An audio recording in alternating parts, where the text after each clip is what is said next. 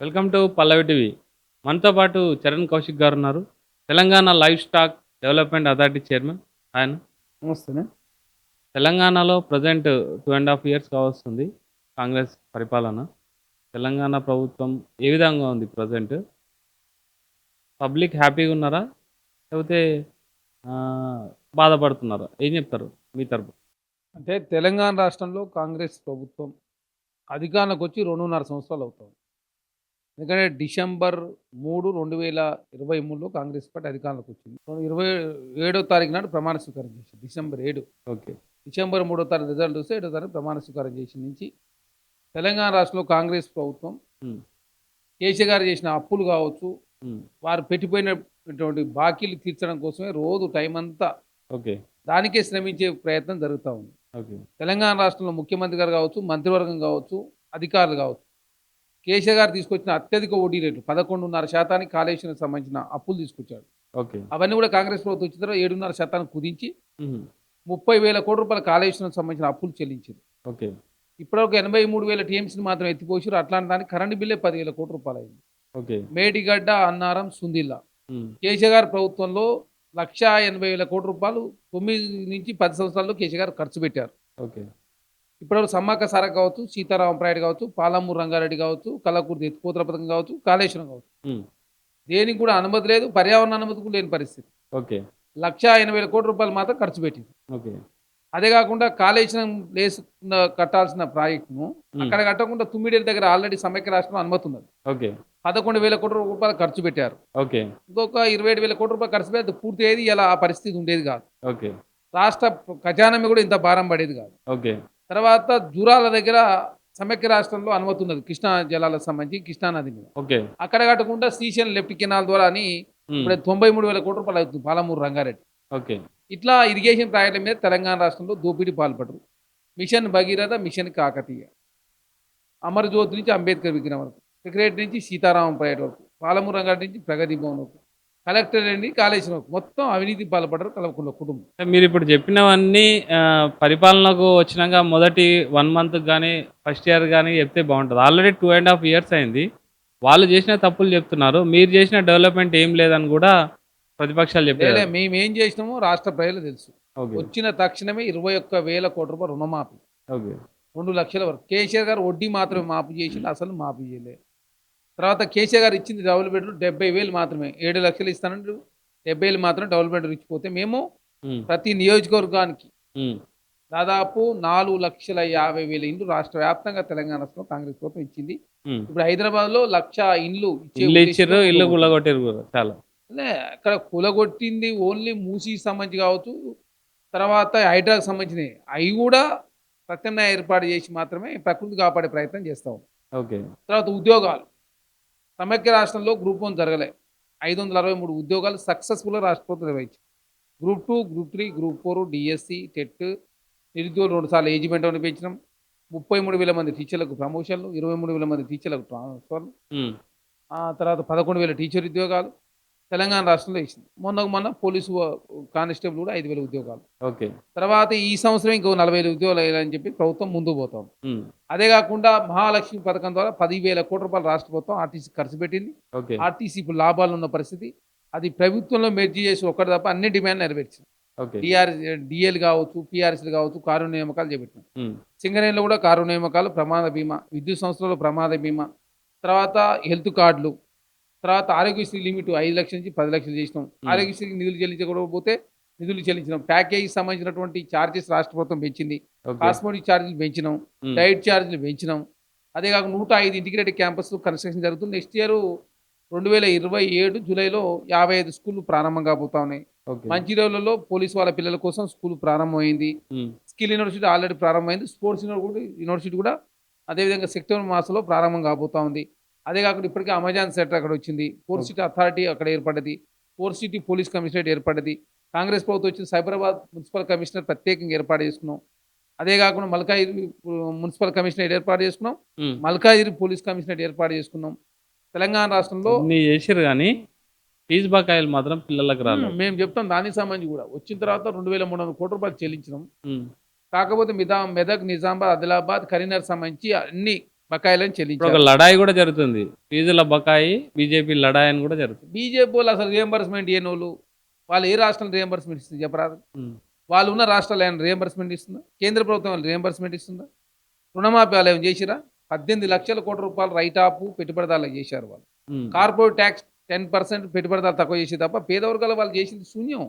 అదే కానీ కాకుండా ఇక్కడ మేము రియంబర్స్మెంట్ సంబంధించి 2200 కోట్ల రూపాయలు ప్రతి సంవత్సరం. మేము 2.5 సంవత్సరాల కాలంలో మేము ఆదిలాబాద్, కరీంనగర్, నిజామాబాద్ అండ్ మెదక్ సంబంధించి పూర్తి ఇచ్చారు. ఇక్కడ కొన్ని బకాయిలు ఉన్నాయి. అవి కూడా నెక్స్ట్ మంత్లో ఈ మంత్ చివరి వరకు ఇస్తామని చెప్పి రాష్ట్ర ప్రభుత్వం ఆల్రెడీ హైకోర్టుకు తెలిపారు. అదే అంటే కాకుండా వాళ్ళు లడాయి చేసేదాకా ఎందుకు వచ్చింది సిచ్యువేషన్? వస్తుంది. ఎందుకు కేసీఆర్ గారు 6,000 కోట్ల రూపాయలు రిటైర్మెంట్ అయినట్టు వాళ్ళు రిటైర్మెంట్ బెనిఫిట్స్ ఇవ్వకుండా పోతే మేము వచ్చిన తర్వాత చెల్లించాం. ఓకే. ఆరోగ్యశ్రీకి ఇవ్వకుండా పోతే మేము వచ్చిన తర్వాత 12 కోట్ల రూపాయలు చెల్లించినాం. ఓకే. సర్పంచ్లకు చెల్లించకుండా పోతే మేము వచ్చిన తర్వాత 600 కోట్ల రూపాయలు బిల్లు రాష్ట్ర ప్రభుత్వం చెల్లించింది. కాంట్రాక్టర్లకు 1,20,000 కోట్ల రూపాయలు పెండింగ్ పెట్టిపోయాడు. విద్యుత్ సంస్థలు సింగరేణికి సంబంధించినవి ఒకటి కాదు, 2 కాదు. తర్వాత సివిల్ సప్లై డిపార్ట్మెంట్ ఇట్లా చాలా పెండింగ్లు 7 లక్షల విద్యా కోట్ల రూపాయలు. శాఖకు సంబంధించి అన్న ఇప్పుడు మనం చూసుకుంటే సీఎం గారి దగ్గరనే విద్యాశాఖ ఉంది ప్రజెంట్. ఇప్పుడు సో శాఖకు సంబంధించి కరెక్ట్గా డీల్ చేయట్లేదు. ఇప్పుడు ఫీజు బకాయిలు ఒకటి రావట్లేదు. అక్కడ సీజేపీ ప్రొటెస్ట్ చేస్తుంటే కాంగ్రెస్ కూడా సపోర్ట్ చేయడం జరిగింది. కానీ ఇక్కడ చాలా మటుకు కూడా విద్యార్థులకు చాలా ఇబ్బందులు ఉన్నప్పుడు కూడా వాళ్ళు ఎటువంటి తీర్చలేదని చెప్పేసి కూడా. సో విద్యార్థులు అయితే చాలా సఫర్ అయిపోయారు. అదిగాక రేవంత్ రెడ్డి చేసిన స్టేట్మెంట్స్ అనేది క్రిమినల్ వేస్టేజ్ అనేది చాలా చెప్పడం జరిగింది. అది పెద్ద స్టేట్మెంట్ అది. యాజ్ ఏ విద్యార్థి అంటే స్టూడెంట్ లీడర్ నుంచి వచ్చారు మీరు.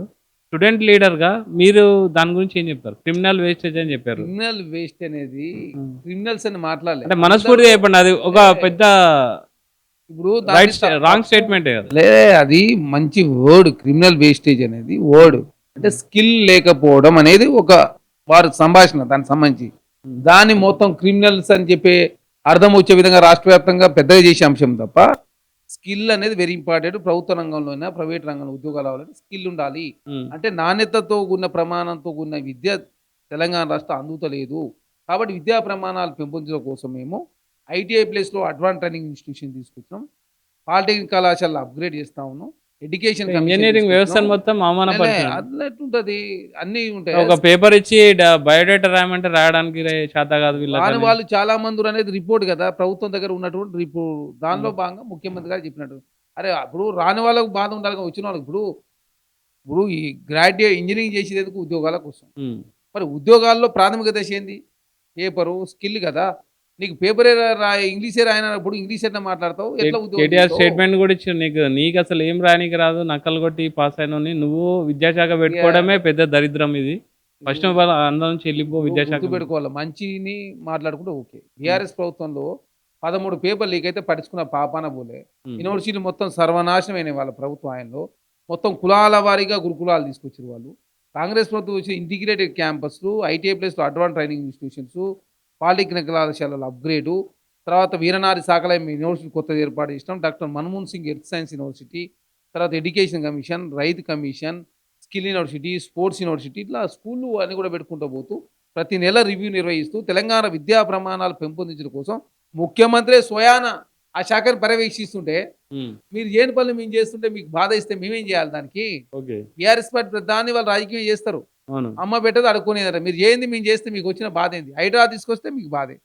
హైడ్రా ద్వారా 1,50,000 ఎకరాలు 1,50,000 కోట్ల రూపాయల విలువైన భూములు హైదరాబాద్ కాపాడి 6 చెరువులు. మనస్ఫూర్తి చెప్పండి అన్న, హైడ్రాతో అయితే చాలా మంది బాధపడ్డారు, చాలా మంది నిర్వాసితులు అయిపోయారు. దయచేసి హైడ్రా అనేది కొంతమందికి అంటే మీరు అన్నట్టు పర్యావరణాన్ని రక్షిస్తుంది, కానీ ఇప్పుడు ఉన్నవాళ్ళు బాగానే ఉన్నారు. కొన్నవాళ్ళు అమ్మిన వాళ్ళు అమ్మేసి వెళ్ళిపోయారు. కొన్నవాళ్ళు యాజ్ పర్ రూల్స్ ప్రకారమే కొన్నారు. వాళ్ళు యాజ్ పర్ రూల్స్ ప్రకారం ట్యాక్స్ కట్టారు, తర్వాత దానికి బిల్స్ పే చేశారు. కానీ అంటే పైసా కూడా కొని ఇల్లు సంపాదించుకున్న వాళ్ళు మాత్రం ఇల్లు కోల్పోయారు. అది ఖచ్చితంగా ప్రభుత్వం విఫలమే ఖచ్చితంగా. లేదు, ఇక్కడ అదే చెప్తా ఉన్నాం. 703 చెర్లు పునరుద్ధరించాలని చెప్పేసి హెచ్ఎండి రెమిడీస్లో ప్రభుత్వం ఒక ప్రతిపాదన రెడీ చేస్తాం. ఇప్పటికే హైడ్రా వచ్చిన 6 చెరువులు పునరుద్ధరించారు. మిగతా 14 చెరువులు పునరుద్ధరిస్తూ ఉన్నారు. ఇక్కడ హైడ్రా ఏర్పడిన నాటి కావచ్చు, ఏర్పడిన తర్వాత రెసిడెన్షియల్ కానీ కమర్షియల్ తీసేస్తా ఉన్నారు. హైడ్రా ఏర్పడిన నాటికి రెసిడెన్షియల్ యాక్టివిటీ జరిగి ఏ స్ట్రక్చర్ కూడా తొలగించాలి. కమర్షియల్ యాక్టివిటీ ఎప్పుడు జరిగినా తొలగిస్తూ ఉన్నారు. దానికి నిజంగా ఎన్కన్వర్షన్ కావచ్చు, ఇవన్నీ కూడా. దయచేసి ఏంటంటే బీఆర్ఎస్ పార్టీ ఒక్క అంశం 1,50,00,000 మంది హైదరాబాద్లో నివసిస్తారు. 1,50,00,000 మందిలో ఇల్లు పోయిన వాళ్ళు చాలా తక్కువ ఉంటుంది. ఇప్పుడు మూసి మీద 16,000 మందికి ఇల్లు పోతుంది. 16,000 డబుల్ బెడ్రూమ్ ఇస్తా ఉంది. గర్భంలో కావచ్చు, బఫర్ జోన్లో ఎఫ్టీలో కావచ్చు. తర్వాత మధు రిడ్జి పార్క్ తీసుకున్నప్పుడు అక్కడ కంపెన్సేషన్ ఇస్తా ఉన్నారు. ఎవరిది కూడా ఒట్టిగా వాళ్ళేదో ఒట్టిగా తీసుకునే ఉద్దేశం ప్రభుత్వం లేదు. ఉమ్, ఇక్కడ ప్రకృతిని కాపాడే ప్రయత్నం, చెరువులను కాపాడే ప్రయత్నం, నాలాలను కాపాడే ప్రయత్నం, పార్కులను కాపాడే ప్రయత్నంలో భాగంగా ప్రభుత్వం ముందుకు పోతా ఉన్నాడు. కఠినమైన నిర్ణయాలు తీసుకోకపోతే ఉమ్. కఠినమైన నిర్ణయాలు అంటే ఇల్లు కూల్చడం. కఠినమైన నిర్ణయాలు అంటే ఇప్పుడు నువ్వు ఎఫ్టీఎల్ బఫర్ జోన్ ఉంటే కూల్చకపోతే ఆ ప్రత్యామ్నాయ మార్గం ఎట్లా? వర్షం అంటే వచ్చినప్పుడు అనుమతులు ఇచ్చేటప్పుడు వాళ్ళు ఏం చేశారు? అనుమతులు ఎక్కడ ఉన్నాయి? అనుమతులు ఉంటే ఇక్కడ ఇది అనుమతులు ఎప్పుడైనా రద్దు అట్లాంటి విషయంలో అండర్టేకింగ్ ఉంటుంది. ఉమ్, చట్టాన్ని లోపల ఎవరైనా మోతారు మరి అనుమతులు ఉంటే ఎందుకు కోర్టు స్టే రాలే ఇప్పుడు వరకు? రావవి ఉమ్, 63 కంటెంప్ట్లు ఉన్నాయని చెప్తున్నారు కదా. అట్లంటే చాలా రాష్ట్ర ప్రభుత్వాల మీద బోల్డెన్ కంటెంప్ట్లు ఉంటాయి. ఉమ్, మన ఇచ్చింది సింగిల్ జడ్జి, జగన్నాథ్ గారికి ఇచ్చింది single judge, double bench, triple bench, 4th constitutional bench, 8 మంది, సుప్రీంకోర్టు కూడా పోవచ్చు. ఉమ్. కాబట్టి ప్రకృతి కాపాడు. ఇప్పుడు వర్షం వస్తుంది, మరి నీ ఇంట్లో నీళ్ళు వస్తాయి, అప్పుడు మళ్ళీ ప్రభుత్వం తిడతావు. అంటే నీళ్ళు వచ్చినప్పుడు ప్రభుత్వాన్ని తిడతావు, ఇల్లు తీసుకుంటే మరి ప్రభుత్వాన్ని అంటే ఎట్లా? ఎక్కడికి కూడా ఫుల్ స్టాప్ పడాలి కదా. ఇంకోటి ₹1,00,00,000 పెట్టి అంటే ఎవరన్నా ఇప్పుడు చిన్న డౌట్ అన్న, ఇప్పుడు ఆడ ఇల్లు కట్టేటప్పుడు రిజిస్ట్రేషన్ అయితే ఖచ్చితంగా జరుగుతుంది. రిజిస్ట్రేషన్ ఏ ప్లేస్ లో జరుగుతుంది అనేది ఖచ్చితంగా ఐడియా ఉంటుంది. ఎవ్వరు రిజిస్ట్రేషన్ జరిగేటప్పుడు గవర్నమెంట్ ఆఫీస్కి వచ్చి పర్మిషన్ తీసుకుంటారు. రిజిస్ట్రేషన్ అవుతుంది, ట్యాక్స్ పే చేసి ఉంటారు. అవన్నీ దయచేసి- గవర్నమెంట్ అండర్లోనే జరిగేది. లేదు, ఇండియాలో వ్యవస్థలు లోపాలు ఉన్నాయి. సబ్ రిజిస్టార్ వచ్చి భూమి చూస్తారా? దాన్ని నిర్ధారించాల్సింది ఎవరు? సబ్ రిజిస్టార్ ఓన్లీ రిజిస్ట్రేషన్ మాత్రమే చేస్తారు. ఉమ్, దాన్ని నిర్ధారించాల్సింది ఇరిగేషన్ శాఖ. ఏది బఫరా, ఎఫ్టీఎలా, ఇది. తర్వాత ఎవరు? రెవెన్యూ. ఉమ్, దాని తర్వాత ఎవరు? మున్సిపాలిటీ. దాని Hmm. తర్వాత ఎవరు? Sub registrar. Registration right registration చేసినంత మాత్రాన ఏ భూమి అయినా రిజిస్ట్రేషన్ చేయొచ్చు. ఇప్పుడు నీకు ఎఫ్టీఎల్ భూమి రిజిస్ట్రేషన్ అవుతుంది, కాకపోతే వర్షం వచ్చినప్పుడు మునిగిపోతుంది. ఉమ్. వర్షం వెళ్ళి పోయిన తర్వాత నువ్వు అక్కడ వ్యవసాయం చేసుకో, కానీ కన్స్ట్రక్షన్ చేస్తానికి వీలు లేదు. That is rule. రూల్ ప్రకారం ముందుకు పోతారు. కోర్టులో పోతే ఎందుకు స్టే రావు? అంటే కాబట్టి- మీరు చెప్పండి, రియల్ గా కూడా మీకు బాధ అనిపించాలా? హైదరాబాద్ లో చాలా మంది దయచేసి గుర్తుపెట్టుకోవాలా, ఉమ్, మేము కాంగ్రెస్ ప్రభుత్వంగా ఎక్కడైనా పొరపాటు సరిదిద్దుకునే ప్రయత్నం కూడా చేస్తా ఉన్నాం. ఓకే. మేము ఖమ్మంలో పేద వర్గాలకు సంబంధించి ఇల్లు కూల్చి అక్కడ నిజమైన పేదవాళ్ళను గుర్తించి 400 మందికి జాగాతో పాటు ఇల్లు కూడా రాష్ట్ర ప్రభుత్వం ఇచ్చింది. ఉమ్, కేసీఆర్ ప్రభుత్వం లాగా ఉంటేది పోతలేం. ఉమ్, మాది ఇదే నిర్ణయం, మేము దీనికే కట్టుబడి ఉంటాం అని చెప్పేసి కూడా నిర్ణయాలు తీసుకోలేదు. పేద వర్గాల విషయంలో ప్రభుత్వం చాలా సావధానంగా ముందుకు పోతుంది. అదే క్రమంలో ప్రకృతి కాపాడాల్సిన బాధ్యత ప్రభుత్వాల మీద ఉంది. దానిలో భాగంగా మూసిని పునరుజ్జింపజేస్తా ఉన్నాం. ఉమ్, హైదరాబాద్ చెరువులు, రాక్స్, పార్కులు కాపాడుతా ఉన్నాం. హైదరాబాద్ నగరాన్ని ముందు తీసుకుపోయే కోసం ప్రపంచ నగరాలతో పోటీపడే విధంగా ఒక నగరాన్ని నిర్మాణం చేస్తా ఉన్నాం. ఓకే. త్రిబుల్ కావచ్చు, త్రిబుల్ ఎక్స్ప్రెస్ హైవేలు కావచ్చు, డ్రై పోర్ట్ కావచ్చు, అదే కాకుండా త్రిబుల్ సంబంధించిన రైల్వే రింగ్ కావచ్చు, అదే కాకుండా తెలంగాణ రాష్ట్రంలో సింపుల్ రెనోవేషన్ కావచ్చు, ఉమ్, ప్యూరు రేర్ అని చెప్పి 3 విభాగాలుగా హైదరాబాద్ తెలంగాణను 3 విభాగాలు విభజించుకుని ఎక్కడ ఏది ఉండాలి, ఉమ్, కాలుష్యం ఎదేలా ఇండస్ట్రీస్ ఎక్కడ ఉండాలి, ప్యూర్లో ఉండాలి, అదే అగ్రికల్చర్ సంబంధించిన ఇండస్ట్రీస్ ఎక్కడ ఉండాలి, రేర్లో ఉండాలి, కాలుష్యం లేని ప్యూర్లో ఉండాలి అని ప్రభుత్వం భావించి ఉమ్. హైదరాబాద్ మహానగరానికి ఇట్లాంటి కరువు పరిస్థితులు వస్తే ఎట్లా దహార్తిని ఎట్లా తీస్తామని ప్రభుత్వం భావించి 2 ఫేజ్లలో గోదావరి వాటర్ కూడా హైదరాబాద్ తీసుకొస్తా ఉన్నాం. 11 నెలల ప్రాజెక్ట్ పూర్తి కాబోతా ఉంది. ఓకే. నారాయణ అంటే కొడంగల్ ప్రాజెక్టు ప్రారంభమైంది, ఉమ్, కన్స్ట్రక్షన్ జరుగుతూ ఉంది. సింగూరు ప్రాజెక్టు ఎన్డీఎస్ఏ కాల్ చేయింటే కాల్ చేయించినాం. కాబట్టి Okay. ప్రత్యేక పరిస్థితిలో ఒకడ అతివృష్టి, ఇంకొకడ అనావృష్టి, ఉమ్, అతి ఎండలు, రకరకాల సమస్యలు, ప్రకృతి అంతా మొత్తం ధ్వంసమైన పరిస్థితి ఉంది. ఉమ్, కాబట్టి ఈ పరిస్థితి నుంచి బయటపడాలంటే ఖచ్చితంగా కఠినమైన నిర్ణయాలు తీసుకుంటే తప్ప వ్యవస్థనే మనం పునరుద్ధరించలేము అనేది చాలా స్పష్టంగా ప్రభుత్వానికి అర్థమైంది. కాబట్టి ఉమ్. కఠినమైన నిర్ణయాలు తీసుకొని తెలంగాణ రాష్ట్రంలో కాంగ్రెస్ ప్రభుత్వం ముందుకు పోతా ఉంది. దాన్ని చూసి ఓరని వాళ్ళు చాలా కఠినమైన మంది విమర్శించారు. నిర్ణయాలు ఒక ఎంఐఎం మీద తప్ప మొత్తం రాష్ట్రం మీద తీసుకుంటారు. బహదూర్పురంలో చెరువు ఎంఐఎంఓలో తీసేసారు, ఒకసారి చెక్ చేసుకోవాలా. హైడ్రా ఏర్పడడానికి ఇప్పుడు ఫాతిమా కాలేజ్ మాత్రం ఎందుకు తొలగిస్తలేరు? ఉమ్, ఫాతిమా కావచ్చు, మల్లారెడ్డి కాలేజ్ కావచ్చు, మల్లారెడ్డి అల్లుడు రాజశేఖర్ కావచ్చు, అనురాగ్ ఇన్స్టిట్యూషన్స్ ఉన్నాయి కావచ్చు, అవన్నీ విద్యా సంస్థలకు సంబంధించినవి. కాబట్టి అకాడమిక్ ఇయర్ అయిపోయే వరకు ఆగమంటే ఆగిన తర్వాత వాళ్ళు కోర్టుకు పోయారు. ఉమ్, కోర్టు పోతే ఆ అంశం కోర్టుకు పోయింది. కోర్టు రేపు జడ్జిమెంట్ ఇచ్చిన తర్వాత ఖచ్చితంగా తీసేస్తే అది ఏదైనా కానీ కోర్టులు తీసేయాల్సిందే కదా. ఓకే. అంటే ఇళ్ళకి మాత్రం స్టేట్లు కోర్టులు లేదా ఇల్లు ఎక్కడ తొలగిస్తలే. హైడ్రా ఏర్పడే నాటికి ఏదైనా రెసిడెన్షియల్ యాక్టివిటీ జరిగితే ఉమ్, తొలగిస్తలేరు. ఏర్పడ్డ తర్వాత మాత్రమే ఎఫ్టీఏలో ఉంటే తొలగిస్తా ఉన్నారు. ఇక్కడ ఓకే. బఫర్ జోన్లో ఉంటే కూడా తొలగిస్తలే, ఎఫ్టీఏలో ఉన్నవి మాత్రమే తొలగిస్తా ఉన్నారు. ఉమ్, వాల్తా చట్టాలు అనేవి తెలంగాణ రాష్ట్రంలో.